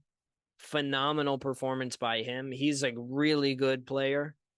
And he will be for many years to come. But the Steelers offensively showed some promise for about 3 seconds in this game, and then the remainder of the time was just spent by 3 and out, 3 and out, 3 and out, 3 and out, 3 and out, 3 and out. Kenny Pickett got injured in this game. He's probably not going to play in their next game, but we are waiting to see with that. Oh, and also, I know we'll talk about it later, but injury stuff. Colts. Jonathan Taylor is scheduled to come back. He has been sitting on my fantasy bench for quite some time, so let's hope he gets back into the game. I lost Nick Chubb for the year. I hope Nick Chubb is feeling amazing. I hope he's doing well. But let's hope that Jonathan Taylor can do well for me as well. Currently 500 in my league right now through 4 weeks. Not good. All right, moving on to the next game. Bucks at Saints. Bucks got some guys. I mean, offensively, I wasn't too worried about them. You do worry about I guess you worry about Baker Mayfield a little bit. But I thought he performed really well in this game, and all season he's kind of been all right. 25 of 32, 246 yards, 3 touchdowns, 1 interception, 1 sack as well. Just an overall good game. And defensively, we know what this team could do. I mean, the Bucks defense is a real shutdown machine, but I thought the Saints were questionable in having Derek Carr play in this game. I think he might have come back a little bit too soon. Let's see what he did. 23 of 37 for 127 yards, 2 sacks, 1 fumble, and that fumble was lost. So not a good performance by any stretch. All right, Bengals at Titans. I think it is time to sound the alarms with the Bengals. Joe Burrow appears to be dealing with a major injury. However, I don't think he's going to sub himself out. I don't think he's going to come out at any time. The Bengals need to figure out a way to, one, score points, because defensively, this is not on them defensively. They gave up 27 points, 21 in the second quarter, but they're not helped by their offense whatsoever. Their offense is not able to sustain drives. They're not able to throw the ball down the field. And you look at Joe Burrow, 20 of 30, 165 yards, 3 sacks, 1 fumble, and that fumble was lost. Jamar Chase getting 9 targets, Tyler Boyd getting 7 targets, T. Higgins getting 4 targets. When you're this far in the hole and your offense is looking this poor, you got to rely on your stars. You got to throw the ball up to Jamar Chase. You got to give him some opportunities to try and make a play. But unfortunately, this team is all out of whack, and I think it's due to Joe Burrow just being more injured than what we have been led on to believe. All right, going on next, Eagles Commanders. This was one of the best games of the weekend. Literally got down to 0 seconds on the clock when the Washington Commanders scored right here. 0 seconds on the clock. Jahan Dotson catch a 10-yard pass. And then in overtime, it's a field goal to win it. This was a really fun game to watch. Kind of shows me that there's a potential that Sam Howell is the guy in Washington. However, that offense has been looking really nice, and I think a lot of that is due to the new staff that they have brought in. But the Eagles, 4-0, 34-31. I also think it's good that they are facing adversity this early in the season. I don't want them to go through a cakewalk the whole season, and then their first hard game is once they get into the playoffs. It's not a recipe for success. Raiders, Chargers, concerning game. Chargers, 0 points in the second half.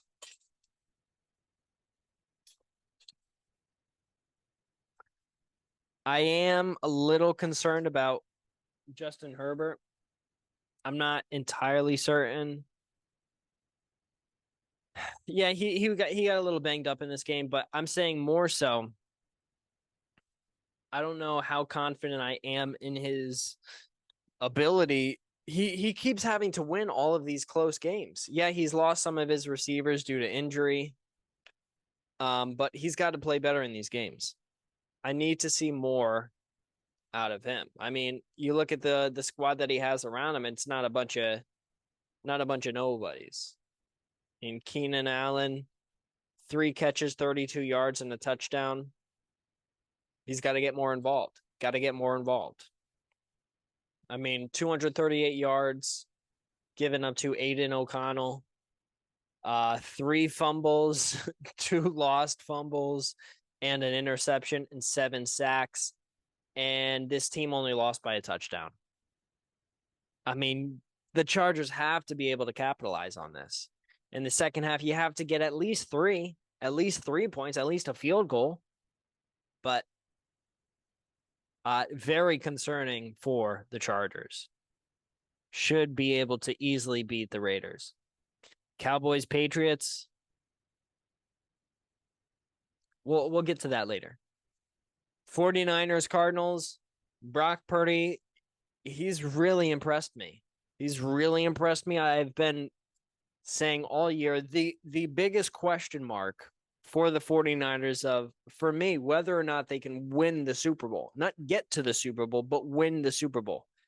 The biggest thing for me is, can Brock Purdy actually put together some solid performances where he looks like the guy? And yes, it helps to have Christian McCaffrey, but Brock Purdy's just making throws. He's not making super athletic, crazy cross the body, 360-degree between the legs throws, but he's completing the ball. He's been absolutely phenomenal for the entirety of the season. We'll go to his full stats for the season. I mean, he's been really, really impressive.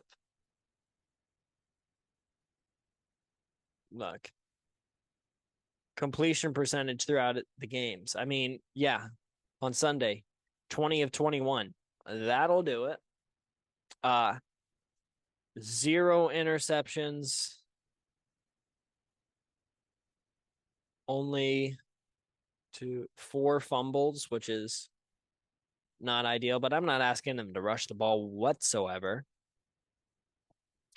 Currently, 72% completion percentage, 1,000 yards, 5 touchdowns, leading the league in interception percentage, average adjusted yards per pass attempt, quarterback rating, and QBR. I mean, he's playing out of his mind. He's doing really, really well. So, something to keep an eye on. Maybe once we get to the playoffs, he kind of cools off a little bit. But as of right now, he's balling. And then Monday night game, Seahawks, Giants. The Giants stink. Daniel Jones. Now you're looking at it and you're like, why did they give him that contract? I mean, this isn't a new performance by Daniel Jones where all of a sudden he doesn't seem to know how to play football. Super turnovers worthy player. Just not an ideal candidate if you want him to be getting paid $30-40 million. But all right, let's get into the Cowboys Patriots game.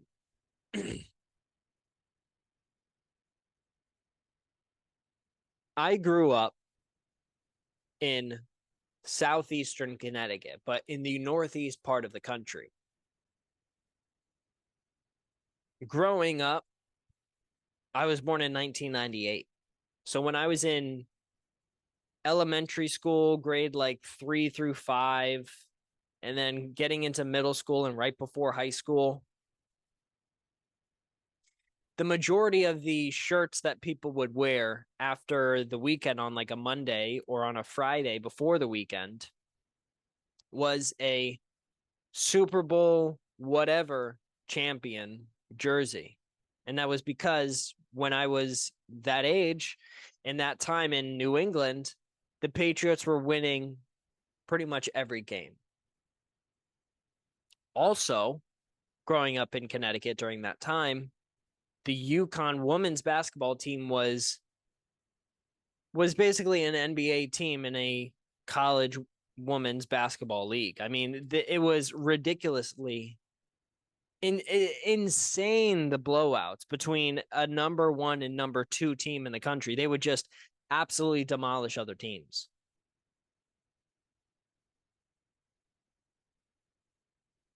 Now, in 2023, it seems that the tide has changed. This was the worst loss in Bill Belichick's head coaching entire history. The Patriots are in trouble. And how the mighty have fallen, it appears that Tom Brady has won the divorce.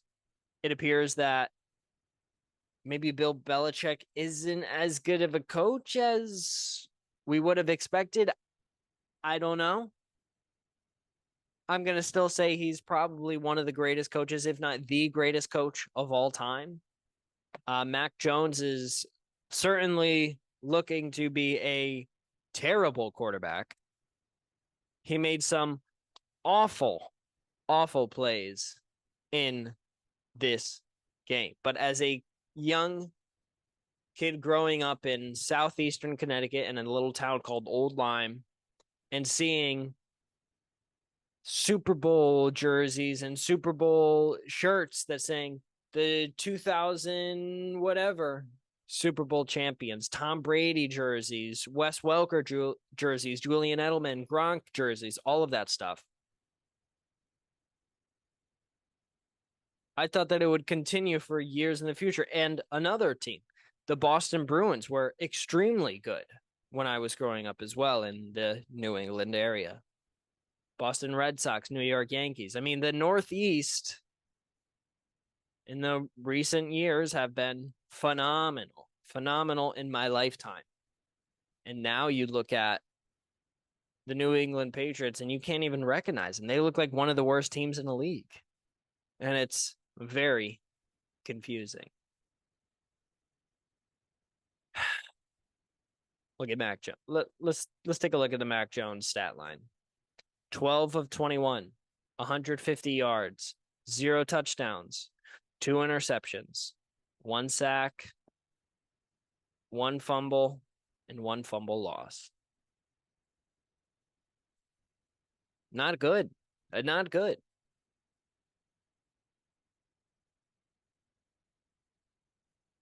You gotta wonder whether or not they will be moving onwards from Mac Jones as soon as they possibly can.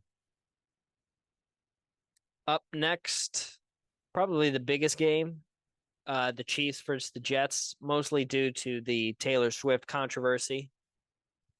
A good game.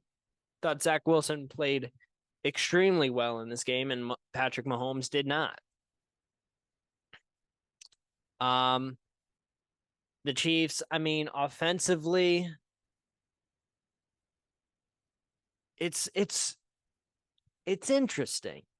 It's interesting. You look at what the Chiefs have been able to do in recent memory, obviously with all the Super Bowls and all that stuff. Yeah, of course. But outside of Travis Kelce, I do not know if they have a bona fide number 1 wide receiver.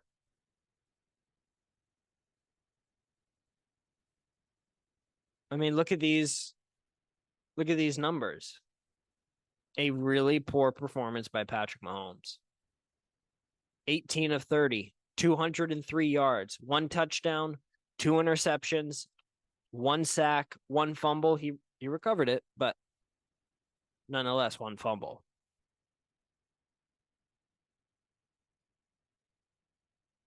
I'm not sounding the alarms, but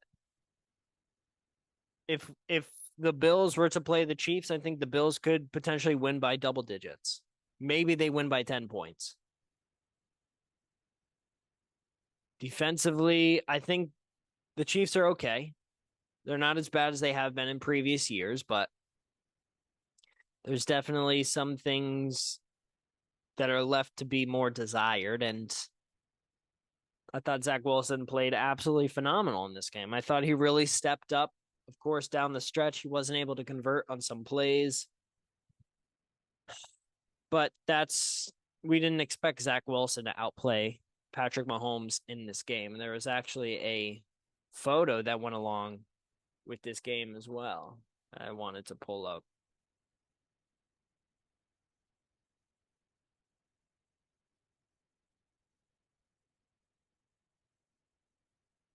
Right here. Boom. Zach Wilson is the first opposing quarterback to outperform Patrick Mahomes in college or the NFL. He's the only quarterback ever to have fewer interceptions, more completions, passing yards and touchdown passes in a game in a Mahomes start, which is kind of weird to think about. You would have imagined as a rookie, Mahomes would have had some really bad performances against some Hall of Fame quarterbacks, but no. Mahomes pretty much since the beginning has been that dude. And he's always performed really, really well.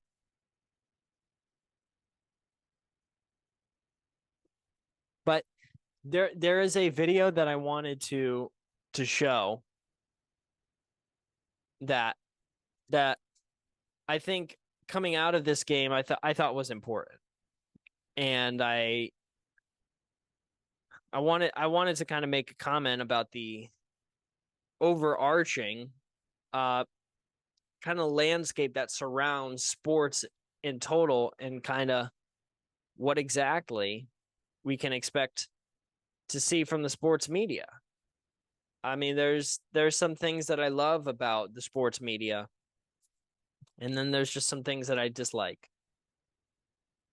And this is one of the things that I dislike.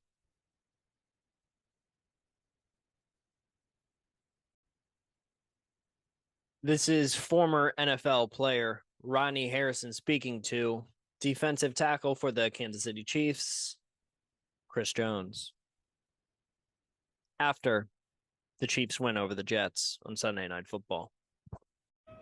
Was Zach better tonight than what you anticipated he would be watching him on tape? And you can be honest. Honestly, if I'm being completely honest, we knew it was going to be a battle. He's continuing to get better week in and week out, and he's continuing to lead week in and week out. But watching that tape, man, you got to look at this dude and say, "Oh, he is garbage." Like we should really tear him apart earlier. Like I said, Zach Wilson is special, man. You just got to give the guy time. You know what I mean? Wait. Did you say Zach Wilson is special? Yeah. I think he had a special night, but I don't think he's special. I've got to prove that over. You're special because you proved it over a course of time. He's not special. I'm just saying, Chris. Hey, listen. I'm just saying.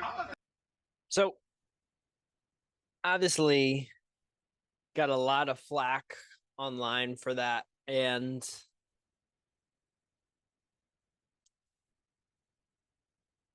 most people are saying that this is completely out of line, completely disrespectful. But this is not something that is entirely new to either the NFL or to sports. When I was in college, I would used to have discussions surrounding players, like saying like certain teams or certain players are ass. And I mean, I say that now that teams are garbage or whatever. They're straight booty cheeks or whatever. But I don't actually mean it, right? I think one of the issues, especially coming from a former player, is where we get into this space of talking about professional athletes such as Zach Wilson as being garbage or being trash, or pretty much saying that they have almost no merit or no real deserving force to be in the NFL. It's kind of the point that he was making, was that this dude is not good. He should not be considered as a good player. And for you, Chris Jones, multiple-time Pro Bowler, All-Pro, all of that stuff, Super Bowl champion, to say that, I think you're lying. But coming into the NFL, Zach Wilson was one of the best on-the-run throwing quarterbacks, agile, accurate with the football. If you saw his pro day, it was just, he looks legit. Now, unfortunately, the Jets have had a multitude of quarterbacks who have come in there who are highly drafted, very good in college, and they haven't panned out. However, I hope that if in the future, if there is a player in which I say that he's garbage or he's trash, I hope you call me out for it, because I don't ever want to disrespect these people who have sacrificed their entire lives and are, each and every single person, even on the practice squad, are all very talented. And you can say a player had a bad performance. I can say Patrick Mahomes had a poor performance in this game. But I feel like it gets to be a little bit disrespectful if I start saying that he's trash or he's garbage. And no, I think in this game, Zach Wilson played better as a total. Overall component of the game, Zach Wilson had a better performance. That does not mean that if, say, take another game, for example, that Patriots game, Mac Jones, he looked really bad in that game. Mac Jones is not a garbage quarterback. I mean, yeah, you can make a technicality and say, well, according to the NFL standards, for NFL standards, he's a garbage quarterback. But I just don't think you really get anywhere saying that. Yeah, he's not the most talented quarterback on the field, Mac Jones. He's not a Patrick Mahomes. There's only a couple of guys who are even able to be spoken about at that level. But I hope one thing that I can do with this show is to try and not have conversations surrounding players where it's either they're potentially a Hall of Famer in their third year in the league, or they're garbage and they should be cut from the team. This binary thinking of this guy is a Hall of Famer or he is trash is something that with social media, especially in my era, has skyrocketed, this polarization. And part of it is due to shows like First Take. I mean,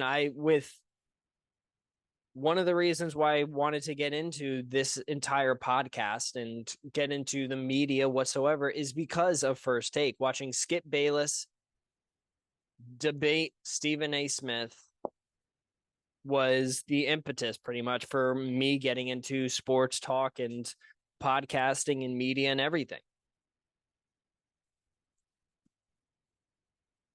But that format of Skip Bayless saying, oh, LeBron James, is he even a top 10 player of all time? He's nowhere even close. He can't even sniff Michael Jordan.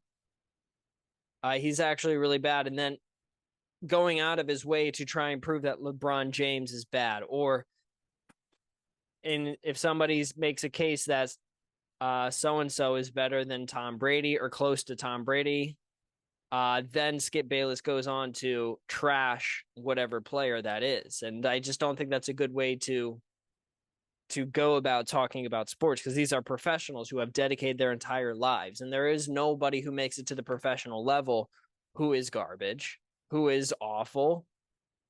There are players that are better than others. And I hope that I'm part of a generation where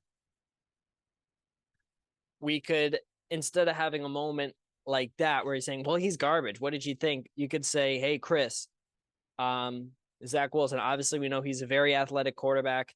He is able to get outside of the pocket. He's able to run. What are some things that you saw on film that you didn't expect to see in today's game? And why do you think he performed so well in today's game? He has struggled throughout the season, but why today did he perform so well in your estimation? And let's see what Chris Jones has to say. Maybe he had come into the game thinking that they were going to try and run the ball a lot more, try and give Zach Wilson maybe 20 to 30 throws in the game and trying not to have him run as much as he did, try and keep him in the pocket, keep him protected, make quick, short passes. But I think it's on you as a broadcaster to try and paint the players with as much respect as they deserve.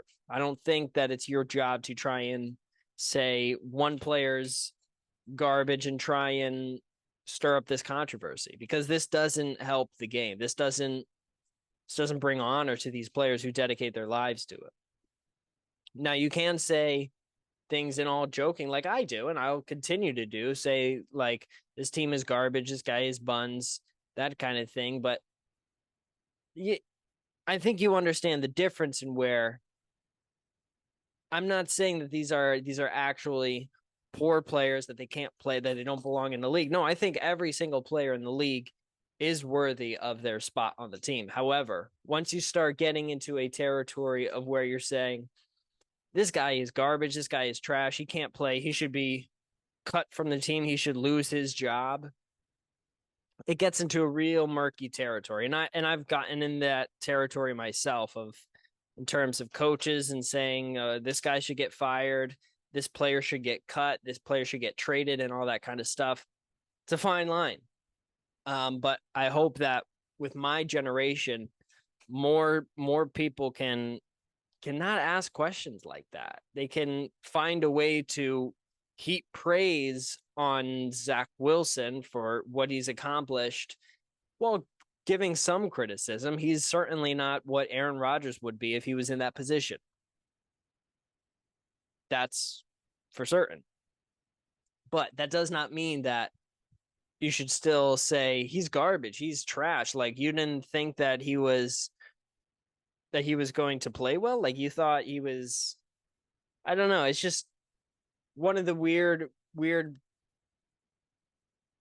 aspects of our time, where feels more so people are trying to stir up controversy than to actually have legitimate, real conversations. It's okay if you have a in-depth conversation. I'd love to hear Rodney Harrison say, hey, as a former defensive player, what were some of the schemes going into this game that you thought you would see from the Jets that they completely surprised you with? Did they run a lot of this particular formation, or get into the nitty gritty of stuff that you as a former player and a current player can have a conversation about, that I, as somebody who barely played any football in my life, I played for about 3 seconds in high school, somebody who I don't know those details, can't get that nitty gritty into it, because I'm not an NFL Hall of Fame, or I'm not a pro athlete, I'm not anything of the sort. I'm not an expert at all when it comes to football.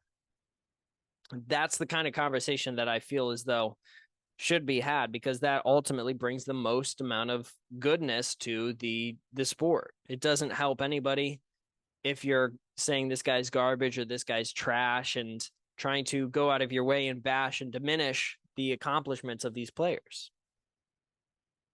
But I hope that changes in the future. Going back to the NFL, we have right here, we'll go into the schedule for the upcoming week. All right, on Thursday, Chicago at Washington. Going to be a rough game. Going to be a rough game. Now, let's look at Chase Claypool. He's out. Very, very weird situation going on with Chase Claypool. Healthy scratch. So he's not injured. He's just not playing. All right. Safety, Jaquan Brister, questionable. Eddie Jackson, their safety, is going to be out. Jalen Johnson, their cornerback, he's going to be out. Chris Rodriguez is going to be questionable. All right, that's not what I wanted to pull up, but this game, where's my phone so I can write this down? I mean, statistically, you look at the Bears and you're like, whoa, they're averaging 330 yards a game. They've been awful all year. I don't know why all of a sudden they appear to be somewhat of a good team. But you know and I know that they're not going to win this game. Unless Justin Field is going to be able to rush for a whole lot of yards in this game, I just don't see it happening. I mean, they're allowing up to basically 400 points. Or 400 yards a game. Not a recipe for success. And not to say that the Commanders' defense is all that great, but I mean, they still have a very, very good quality defensive line. But I am going to take the Commanders over the Bears on Thursday night. And I feel on a level of 1 to 10 in terms of the confidence scale, this feels like a 10 to me. Going on to our next game, 9:30 a.m. It's going to be the Bills. I guess is a dual road game. This is going to be at Tottenham Hotspur Stadium in London. Bills are favored by 5.5. Yeah, the full injury report. Let's see right here. Parker Washington, Jamal Agnew, Zay Jones. A lot of questionables right here. Okay. Dawson Knox. Now for the Bills, one of their biggest things that happened to them was they lost a crucial member of their team. Yeah, Tre'Davious White, stud cornerback. He will miss the remainder of the season after suffering a torn right Achilles tendon in Sunday's win over the Dolphins. Just devastating. Very, very unfortunate for him. You gotta feel for the guy. That's never something that you want to have happen. Christian Benford, cornerback, he will be questionable. Von Miller will be out. Jordan Poyer will be questionable as well. Let's hope to see that he plays in this game. But other than that, I'm going to take the Bills over Jags in London. I think it'll be a close game, though. 5.5. I don't know. I'll take the Bills at -5.5. I don't feel too bad about that.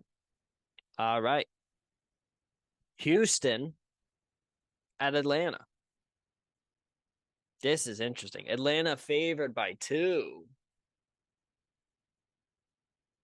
With how I've seen CJ Stroud playing, I'm actually going to take the Texans. I'm going to take the Texans. Defensively, they have not been super amazing. Laramie Tunsil, look at this right here. Questionable. So that is interesting. We'll see if he plays. That would be a huge pickup for the Texans.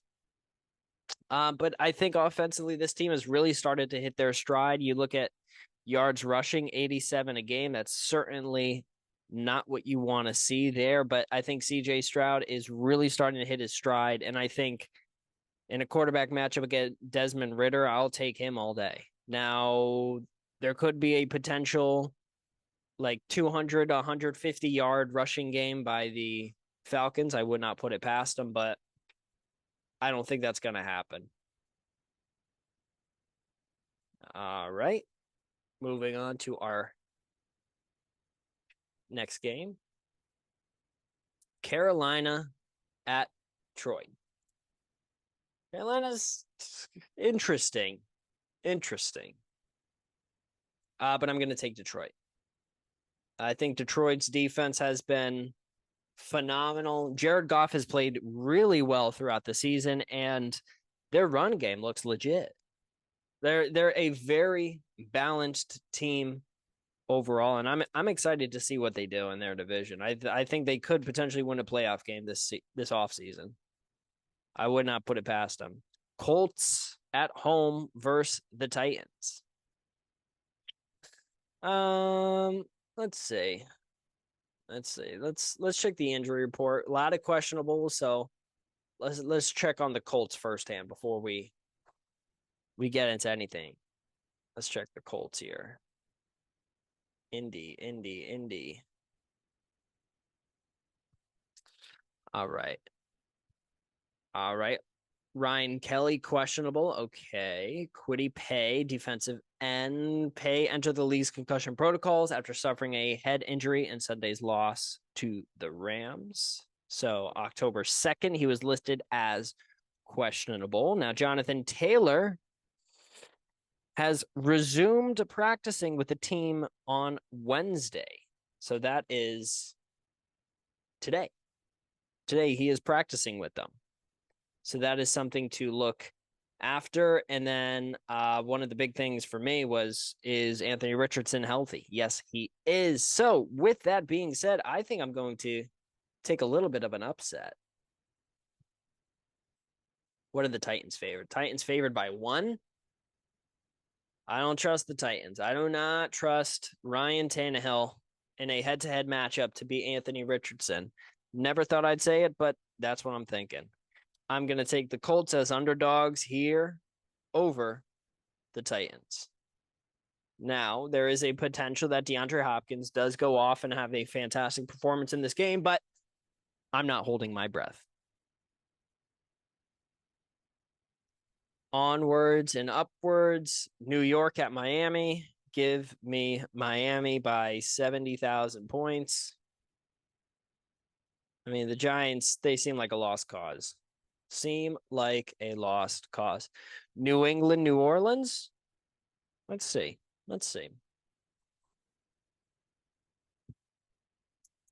New England at home, favored by 1.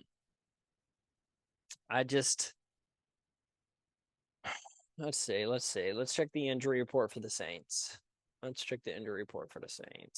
Right off the bat, I think you gotta go. I mean, I'm thinking the Saints. I feel as though that their defense has played very well last week, notwithstanding. Overall, they've been a solid offensive team. They've been good enough offensively. I am worried. I am worried about Derek Carr, though. So let's check. Cesar Ruiz, questionable. They're starting center. Foster Moreau, a tight end for them, questionable. Andres Pete, guard, questionable, has been ruled out for the remainder of Sunday's game against the Buccaneers. All right. Jawan Johnson, questionable, won't return to Sunday's game, so maybe he will play, maybe not. No update on Derek Carr, so I'm going to assume that he's good to go. So with that being said, I'm going to take the Saints on the road against the Patriots. I think the Patriots are now in a holy crap, what are we going to do? At 1-4, 0-3 at home. Could see some roster changes here. Jonathan Jones, cornerback, questionable. Cole Strange, questionable. Matthew Judon out. Christian Gonzalez, doubtful. I don't think he's going to play in this game. They're going to be really, really, really thin at defense. And I think that Derek Carr will be able to maybe throw 225, 250 yards and get the job done doing that. Alvin Kamara rushing for maybe a touchdown or two himself and maybe catching one. I'm going to take the Saints. Saints over Patriots. I don't see why they have that favor that way, but I guess it is a home game for the Patriots. All right. Steelers at home against Baltimore. I will take the Ravens here. I would not be surprised if the Steelers score 7 points right here. And I mean, just look at rushing. Lamar Jackson. He has more rushing yards than Najee Harris. 20 more yards and 4 more touchdowns with 8 less carries. Just unfortunate. Kenny Pickett, you see right here on this sidebar right here, he expects to play Sunday. And then you have a lot of guys questionable to come back, which is always good. Marlon Humphrey, probably their best defensive back. That is arguable, but he's definitely up in there. And then OBJ, Odell Beckham Jr., questionable to play. I think he's been pretty solid for them this season. Odafe Owe, he's questionable to play as well. That should help their linebackers out a good bit. But you look at Pat Freiermuth, doubtful. And without Pat Freiermuth, will they play Darnell Washington? I do not imagine that he's going to have all too much of an impact if he does indeed play. So I'm going to take the Ravens -4. Give me -4 right there. I really like those odds. All right, coming up next, Eagles at the Rams. Can the Rams win in a shootout against the Eagles? I don't think so. I think the Eagles' rushing attack has been phenomenal all season. They still can throw the ball down the field. And you look at what they've been able to do. Let's just take a look right here. Rushing yards a game, 165. They've been fantastic. But on the other side, the Rams throwing the ball have been by far and away one of the best teams in the league. Really one of the most surprising teams in the league for myself. I am interested to see I'm interested to see what they're going to be able to do with Puka Nacua. I mean, he's looking like the breakout receiver of the year, breakout player of the year. I do think that the Eagles win in a potential overtime game. I do not think by any means that they are going to easily beat the Rams. This Rams team looks like a pretty good passing offense. And Matthew Stafford has looked at times, he's looked really bad, but other times he's looked really, really good. I mean, 1,300 passing yards already through 4 weeks. Pretty crazy. All right. Or at Cincinnati, Arizona. Ooh, what's the line? What's the line for this? What's the line? Cincinnati -3 in Arizona. And just a questionable T. Higgins. Okay. Nothing crazy. Look at this total yards right here. Just an awful combination by the Bengals right here. I'm not liking it. Not liking it.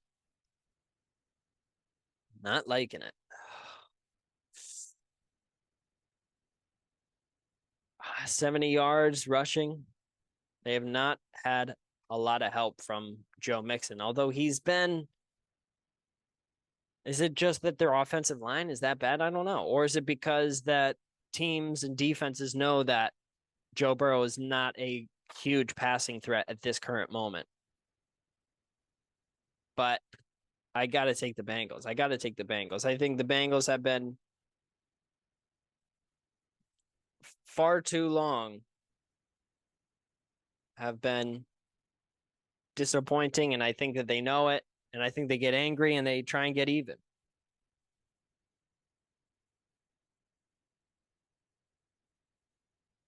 Let me get the Bengals.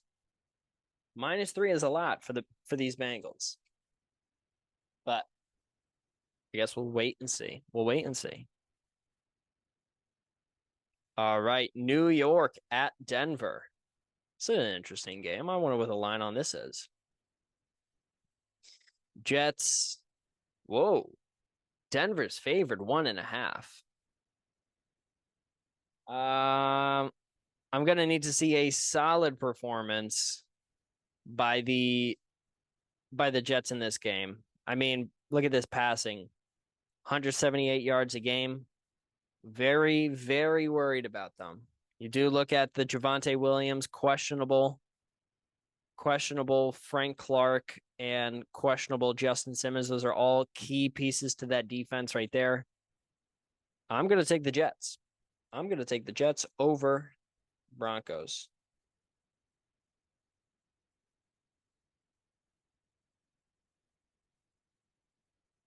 We'll see. I trust in Zach Wilson for this moment. I think he can beat Russell Wilson.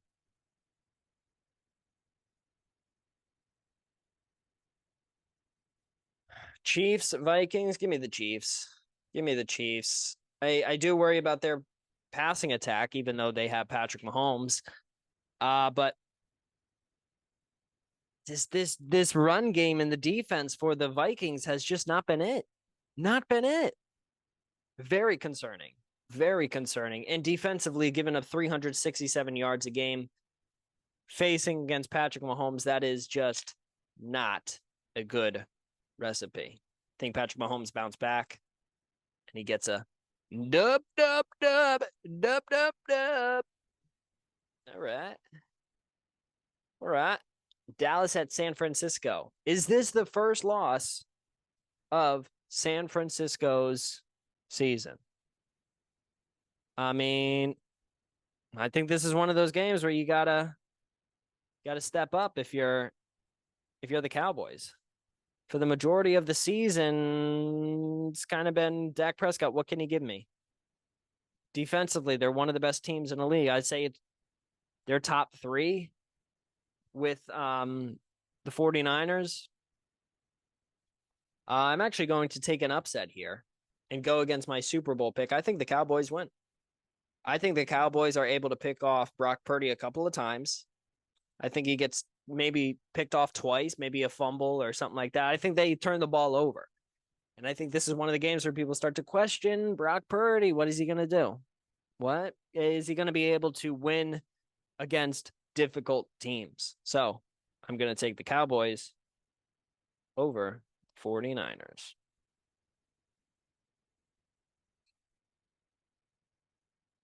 All right. And then Monday, Green Bay at Las Vegas. This will be interesting.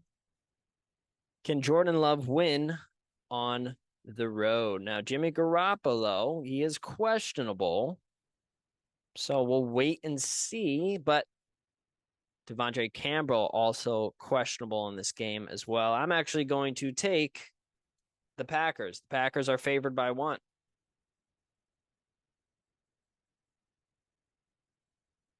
Packers over Raiders.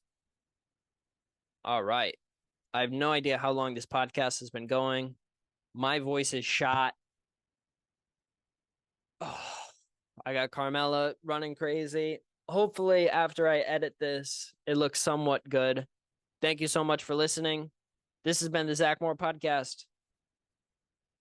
49ers still. I got faith in them, but I don't know about Brock Purdy. I have not made my mind up yet. I don't know. Zach Moore Podcast. Peace out.